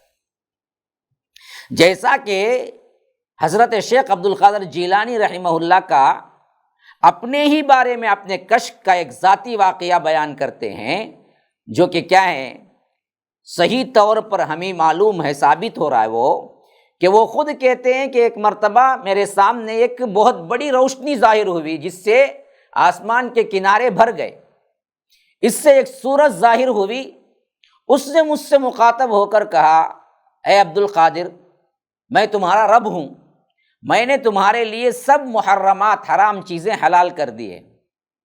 میں نے کہا دور ہو مردود۔ یہ کہتے ہی وہ روشنی بالکل اندھیرے میں تبدیل ہو گئی اور صورت دھواں ہو گئی، اور ایک آواز آئی پھر، اے عبد القادر، خدا نے تجھ کو تیرے علم اور تفقہ کی وجہ سے بچا لیا، ورنہ تو اس طرح میں تیرے جیسے 70 صوفیوں کو گمراہ کر چکا ہوں۔ میں نے کہا محض اللہ کی مہربانی سے۔ کسی نے کہا کہ حضرت آپ کیسے سمجھے کہ یہ شیطان ہے؟ تو عبد القادر جیلانی نے فرمایا کہ اس کے کہنے سے میں نے حرام چیزوں کو تمہارے لیے حلال کر دیا ہے، اس لفظ سے میں نے پہچانا، کیونکہ اللہ کے رسول کو حرام حلال نہ ہوا تو اس کے لیے کیسے حرام حلال ہو گیا؟ یہ دراصل پائے ثبوت کو پہنچنے والی روایت خود ابو الحسن علی ندوی کی تاریخ دعوت و عزیمت کے اندر جلد نمبر 1 صفحہ نمبر 180 پر 7 میں وہ خود لکھے ہیں، جو دیوبندیوں کے پاس بہت اعلیٰ درجہ رکھتے ہیں۔ تو اب اس واقعے سے معلوم ہو گیا کہ یہ جو چیزیں پیش آتی ہیں انبیاء کو تو بالکل حقیقت ہے، لیکن انبیاء کے علاوہ سوائے شیطانی فریب کے کچھ نہیں ہے۔ ان کو کچھ دکھائی بھی دیا تو اصل میں شیطان کا ہی فریب تھا، جو خود حضرت عبد القادر جیلانی اپنے واقعے کو ذکر کر کے کہتے ہیں کہ شیطان نے ان سے کہا کہ میں نے 70 صوفیوں کو اسی طرح دھوکہ دے کر برباد کر چکا ہوں۔ تو اب جنہوں نے یہ نعرہ لگایا کہ میں نے یہ دیکھا وہ دیکھا، خواب میں مجھے یہ ہوتا ہے وہ ہوتا ہے، تو اصل میں یہ شیطانیت کا شکار ہو گئے، یہ شیطانی ہتھ کنڈوں میں آ گئے، یا شیطانی وسوسوں میں آ گئے۔ اب دوسرا فرق دیکھیے، انبیاء پر ایسے اوقات میں ایک بوجھ ہوتا ہے، لذت کے ساتھ ایک بوجھ ہوتا ہے، اور محویت کا عالم جسے اصطلاحی صوفیوں نے کیا کیا، سکر کا نام دیا، طاری نہیں ہوتا، یعنی نشے کا نام دیا۔ ہمارے اوپر ہمیشہ کیا ہے، سکر طاری رہتا ہے، نماز بھی نہیں پڑھتا، 5 چبالے کی مسجد کے باہر پھرتا کیجیے نہیں آتے، ہم اللہ کے عشق میں ہیں۔ سکر اور سحو کا لفظ ان لوگوں نے کیا کیا، اس کے لیے استعمال کیا۔ سحو کا لفظ اس میں استعمال کرتے تھے جب یہ حالت کیفیت نہیں ہوتی تھی۔ شراب کے نشے کی طرح انہوں نے کہا کہ ہمارے پاس بھی کیا ہے، اللہ کی روحانیت کا یا اللہ کے دیکھنے کا ایک نشہ ہے۔ حالانکہ انبیاء پر جب حقیقت پر مبنی وحی آتی تھی تبھی بھی وہ حواس نہیں کھوتے تھے، تو معلوم ہوا کہ یہ بالکل شیطانیت ہے۔ اگر ایسا ہوتا تو انبیاء پر پہلے ہونا تھا، جو حقیقت میں اللہ کے رسول صلی اللہ علیہ وسلم پر وحی آئی۔ تو کبھی کیا ہے، سکر کا کوئی ایسی حالت نہیں دیکھے، نہ کبھی ہوئی، جو حقیقت پر مبنی تھی اس میں نہیں ہوئی۔ تو اگر تمہارا بھی حقیقت پر مبنی ہوتا تو تمہاری حالت بھی سکر کی نہیں ہوتی، جس میں تم غلاظت بکتے، غلاظت کھا لیتے، اور کیا ہے غلط دعوے کرتے، خدا ہونے کے دعوے کرتے، یہ نہیں ہوتا، لیکن تم نے وہ سب کیا تو معلوم ہوا کہ یہ دراصل صحیح تھا ہی نہیں۔ یہ بزرگ حضرات عموماً ایسے مواقع پر آپ دیکھتے ہوں گے ہوش و حواس کھو بیٹھتے ہیں، غلط سلط باتیں کہہ جاتے ہیں، شریعت مطہرہ کے خلاف سراسر خلاف باتیں ہوتی ہیں، اور جن کا بعض اوقات بعد میں انہیں خود بھی افسوس ہوتا ہے کہ ایسے واقعات میں ایسا نہیں بولنا چاہیے تھا۔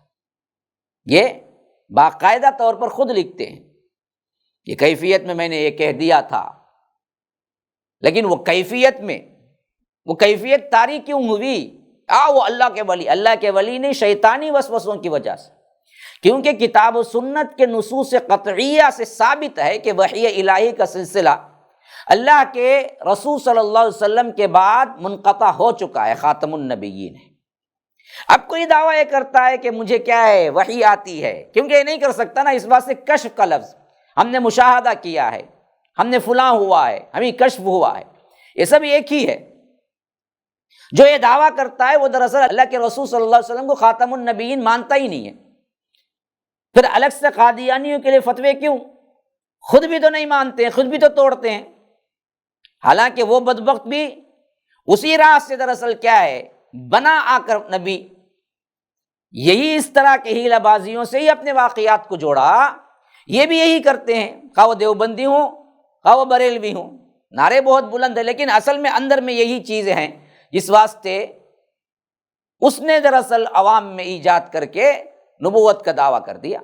اسی طرح یہ بات بھی ثابت شدہ حقیقت ہے کہ اس دنیا میں دیدار الہی ممکن نہیں ہے۔ اب جو حضرات دیکھتے ہیں، ہم کلام ہوتے ہیں اور رجال الغیب بھی ہو سکتے ہیں، یعنی ان کا نام وہ لوگ کیا دیتے ہیں، رجال الغیب، تو شریعت کی روح سے اس کے علاوہ کوئی دوسری صورت نظر نہیں آتی۔ یہ جو دعویٰ کرتے ہیں کہ ہمیں رجال الغیب سے بات ہوتی ہے، ہم کلام ہوتے ہیں، وہ اپنی تجلیات سے نوازتے ہیں، تو یاد رکھیے یہ دراصل اسلامی شریعت میں تو کہیں جگہ نہیں ہے، شیطانیت کے وساوس میں تو بہت جگہ ہے۔ یہ رجال الغیب، یہ دعوے کی قوی ترین دلیل خود ان کے پیران پیر شیخ عبد القادر جیلانی کا وہ اقتباس ہے جسے ہم اوپر بیان کر آئے ہیں، جس کی تفصیل آگے چل کر بیان ہوگی، جن سے انہیں کیا ہے نور کی کرنیں نظر آئی اور وہاں سے آواز آئی، اور اس نے کہا کہ میں نے اس طرح کے 70 صوفیوں کو گمراہ کیا۔ ایسے ہی آج کے دور کے بہت سے صوفی بھی یہی آوازوں کو رجال الغیب سمجھ کر، اللہ کے فرشتے سمجھ کر یا اللہ سمجھ کر گفتگو کر کے برباد اور نشے اور بھنگ میں ہوتے ہیں۔ کیونکہ حضرت موسیٰ علیہ السلام پر جب تجلی ہوئی تو وہ بے ہوش ہوئے، حالانکہ آپ نے اس حالت میں کوئی بھی نازیبا لفظ نہیں کہا۔ معلوم ہوا کہ یہ دراصل کیا ہے، بے ہوشی میں ہوتے بھی تو غلط بات نہیں نکلی، یہ اللہ کی طرف سے تھا مطالبہ، یہ اللہ تبارک و تعالی نے خود کیا ہے انہیں بتایا تھا، رضا الہی کے خلاف نہ تھا، ورنہ یہ صورتحال کبھی پیش ہی نہ آتی۔ تو تاریخ انبیاء میں صرف یہی ایک استثنائی واقعہ ہے جو کہ حضرت موسیٰ نے کیا ہے اللہ کو دیکھنے کی خواہش کی، جبکہ ہمارے صوفی حضرات اور راہبان ہر وقت ایسے منشأ ازدی کے خلاف واقعات کی جستجو میں لگے رہتے ہیں، اور بننا پڑے تو محفل سماع رقص منعقد کر کے اپنے آپ پر مصنوعی قسم کا وجد اور کیا ہے حال کو مسلط کرنے کی کوشش کرتے ہیں، جو گانے سن کر قوالی سن کر انہیں تھرکنے کے لیے آمادہ کرتے ہیں، جو بذات خود ایک غیر شرعی فعل ہے اور حرام فعل ہے۔ اب ایسی راہبانہ زندگی اختیار کرنے سے شریعت سے کن کن احکامات پہ زد پڑتی ہے، اس کا ہم جائزہ لیں تو کس طرح یہ لوگ عقائد کے معاملے میں گمراہی کے اوپر گمراہی کے اندر بڑھتے چلے جاتے ہیں۔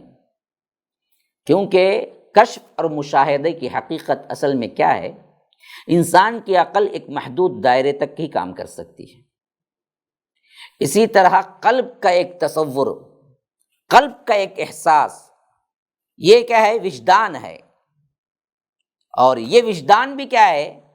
ایک حد تک ہی کام کرتا ہے۔ ایک عقل مند کسی واقعے سے جو نتیجہ نکالتا ہے، ایک کم عقل یا بے وقوف کی سوچ وہ واقعے سے وہ عقیدہ، وہ نتائج نہیں نکال پاتی، بلکہ وہ حیران ہو جاتا ہے۔ تو یہی چیز ہے، ایک چیز دیکھ لینے سے جو کہ اصل حقیقت نہیں ہے، انسان اپنے طور پر سمجھ لیتا ہے کہ یہ رب نے کلام کیا، یہ فرشتے نازل ہو رہے ہیں، یہ ملائے اعلیٰ میں پہنچ گیا، یہ عرش پر ہو گیا، یہ دراصل اس کے عقل کے اندر نہ آنے والی چیزیں ہیں جو اس نے کیا کیا؟ اپنے عقل سے سمجھنے کی کوشش کی۔ اب دیکھیے، اس کی مثال میں آپ کو بیان کرتا ہوں۔ ایک کہانی ہے مشہور، ایک دفعہ چار اندھے جمع ہو گئے، اور ایک ہاتھی تھا جس کا مشاہدہ وہ ہاتھ سے ٹٹول کر کیا۔ ہاتھی کھڑا ہوا ہے، دیکھ تو نہیں سکتے، چاروں بھی اندھے ہیں۔ اب ظاہر ہے وہ جو جیسے ٹچ کر کے محسوس کر سکتے ہیں، اس کے علاوہ ان کے پاس کوئی چارہ کار نہیں، تو ٹٹول کر اندازہ لگا سکتے تھے تو ہاتھی کیسا ہے۔ تو ایک نے اس کے ٹانگوں پر ہاتھ پھیر کر اندازہ لگایا، دوسرے نے ہاتھ اونچا کر کے اس کے پہلو پر ہاتھ پھیرا، تیسرے نے اس کے کان پر ہاتھ پھیرا، چوتھے نے اس کے سونڈ پر ہاتھ پھیرا۔ اب چاروں نے جو نتیجہ اخذ کیا وہ کیا تھا؟ جو ٹانگوں پر ہاتھ پھیرنے والا تھا اس نے کہا ہاتھی تو ایک سون کی طرح بلند ہے، ستون کی طرح، ہاتھی ایک ستون کی طرح بلند اور مستحکم ہے۔ پہلو پر جس نے ہاتھ پھیرا اس نے کہا کہ تو غلط کہتا ہے، ہاتھی تو ایک پہاڑ کے مانند ہے، تو اس کے جسم پہ ہاتھ پھیرا۔ تیسرے نے کہا ہاتھی تو ایک جھلنی کی طرح ہے، چھاچھ کی طرح ہے، کان پر جو پھیرا تھا، جو کہ ایسی جھلنی جو ہر وقت کیا ہے؟ حرکت کرتی رہتی ہے، کیونکہ کان وہ ہلاتا رہتا ہے۔ اور چوتھے نے کہا تم سب غلط کہتے ہو، ہاتھی تو خمدار اور لچکدار ہوتا ہے، جو آخری میں سونڈ کو جو ہاتھ پھیرا تھا تو اس نے کہا کہ خمدار اور لچکدار ہوتا ہے۔ چاروں نے بات تو جو مشاہدہ کیا وہی کہی، حالانکہ چاروں غلط کہے۔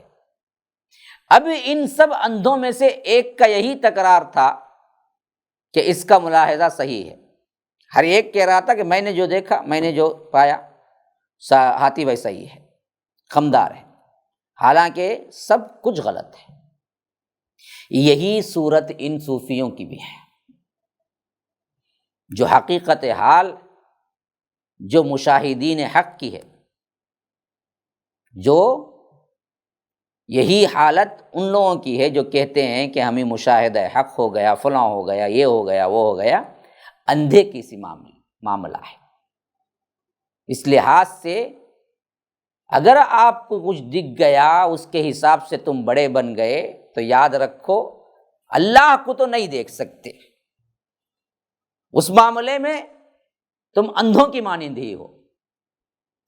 نصوص شرعیہ سے جو ثابت ہے، اس باری تعالیٰ کا اس دنیا میں نہ تو دیدار ہو سکتا ہے، نہ ممکن ہے، نہ اس کو تم پا سکتے ہو۔ اب یہ حضرات جیسے اندھے ضد میں تھے کہ ہم نے یہی صحیح کہا، اس نے کہا کہ خمدار ہے، اس نے کہا کہ پہاڑ کے مانند ہے، اس نے کہا کہ جھلنی کے مانند ہے، اور اپنے بات پہ مصر تھے، ویسے یہ حضرات بضد ہیں کہ ہم ضرور ملاحظات و مشاہدات کر رہیں گے۔ پھر جس طرح ان اندھوں میں تکرار اور جھگڑا ہوا، بعین ہی یہی صورتحال ان اندھوں کے، ان شریعت کے اندھوں میں بھی جھگڑا ہوا۔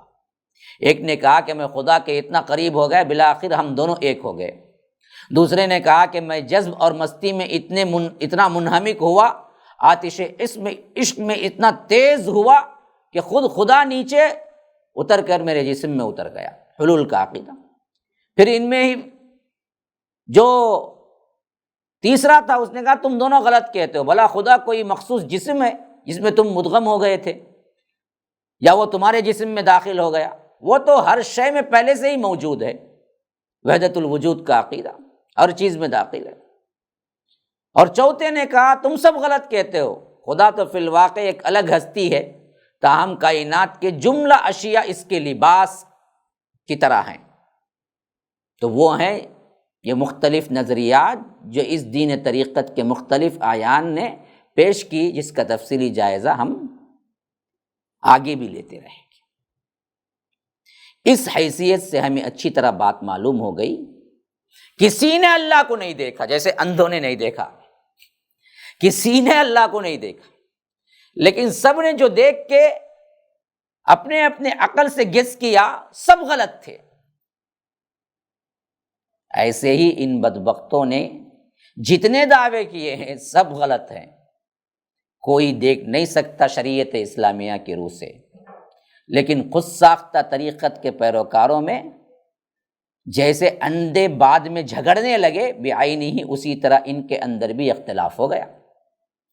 اسی واسطے ان کا بڑا رفاعی کہتا ہے قادری غلط ہے، قادری کہتا ہے رفاعی کے پاس کچھ نہیں، ایک کہتا ہے میرے پیر نے حضرت اسرائیل سے ارواح کی جو زنبیل تھی چھین کر سب ارواحوں کو ان کے جسموں میں داخل کر دیا، دوسرا کہتا ہے میرا پیر جہنم کے پاس سے گزرا اور اس نے اپنی پھونک سے اسے بجھانا چاہا مگر درمیان میں فرشتے حائل ہو گئے۔ عبد دوسی کا ایک مرید کہتا ہے العبد دوسی کان یحیی من الاموات قد مات دہرا، عبد دوسی ایسے مردوں کو زندہ کر دیتا ہے جس کو مرے ہوئے عرصہ گزر گیا۔ ان تصریحات سے واضح ہوتا ہے کیسے کیسے الفاظ ہیں، دیکھیے اللہ کے لیے جو ہیں، کہتا ہے کہ میں تو عرصہ دراز مردوں کو بھی زندہ کر دیتا ہوں۔ تو واضح ہوا کہ جس طرح عقل نے وحی سے بے نیاز ہو کر بے شمار ٹھوکریں کھائی، عقل ہے لیکن عقل وحی کے ماتحت ہونی چاہیے، رب نے جو بتا دیا بس وہاں تک عقل، اس سے زیادہ نہیں آگے بڑھنا، اور امت میں افتراق اور انتشار کا باعث بنا۔ اسی طرح کشف وجدان، اس نے بھی آگے بڑھ کر وحی الہی سے الگ ہوا، ٹھوکریں ہی ٹھوکریں کھایا اور افتراق اور انتشار کا بیج بو دیا۔ طریقت کے سینکڑوں سلسلے ایسے چل نکلے، آپ کو معلوم نہیں ہے، جن کے طریقہ کار کے آپس میں سخت اختلافات ہیں۔ اب دراصل اس بات کو خود ان کے اپنے ماننے والے مجدد الفسانی شیخ احمد سرہندی، جو صوفیہ کائنات کے درخشاں اور آفتاب و مہتاب ہیں، وہ کہتے ہیں کس سے جو کچھ ظاہر ہوتا ہے وہ شہود ہی شہود ہے، حقیقت نہیں، بلکہ غائیت فی الباب پہ خدا کا شہود ہو ہی نہیں سکتا، بس ایمان بالغیب کے سوا کوئی چارہ نہیں۔ ان کے اپنے بڑے بھی آخرکار سب کچھ ہاتھ پیر مار کے یہی بتائے کہ یہ جو دکھ رہا ہے وہ کوئی بھی خدا نہیں ہے، سب کا سب جو بھی ہے بیکار ہے، بالغیب جو ایمان لاتا ہے وہی اصل ایمان ہے۔ تو الذین یؤمنون بالغیب تک اپنے آپ کو محدود رکھ لو، بس بیکار کے باتوں پہ نہ پڑو، بیکار کی کاوشیں نہ کرو، جس سے سوائے بد عقیدگی گمراہی کے علاوہ کچھ حاصل نہیں ہو سکتا۔ لیکن اس کو نہ سنا ان بدبختوں نے، خود بھی گمراہ ہوئے، عوام کو بھی گمراہ کیا۔ ہم نے مشاہدہ کیا، ہم نے یہ کیا، فلاں کیا، ہر جگہ ہے، اس کا سایہ ہے، اسی کو ہم نے دیکھا، یہ دراصل سب سے اہم ترین نقصانات جو عوام پر ہوئے، اسی وجہ سے آج ہم اتنا کھل کے گفتگو کرنا پڑ رہا ہے۔ یہ گمراہ ہوئے تو گمراہ ہوئے، لیکن مسئلہ یہ ہوا کہ انہوں نے عوام کی گمراہی لے کے گمراہ ہوئے، عوام کو گمراہ کر کے چھوڑا۔ اس دین طریقت کے نقصانات معاشرے پر بہت بری طرح اثر انداز ہوئے، اس سے مضمرات اور اس سے مضر اثرات کوئی اور نہیں ہو سکے۔ اس سے جو برائیاں پھوٹی تاریخ میں، اس سے زیادہ کبھی کوئی نقصان دین کو نہیں پہنچا، حتیٰ کہ یہود و نصارہ کی رہبانیت اپنے دین کو اتنا نقصان نہیں پہنچائی، ان بدبختوں کی طریقت نے اتنا نقصان دین کو پہنچایا۔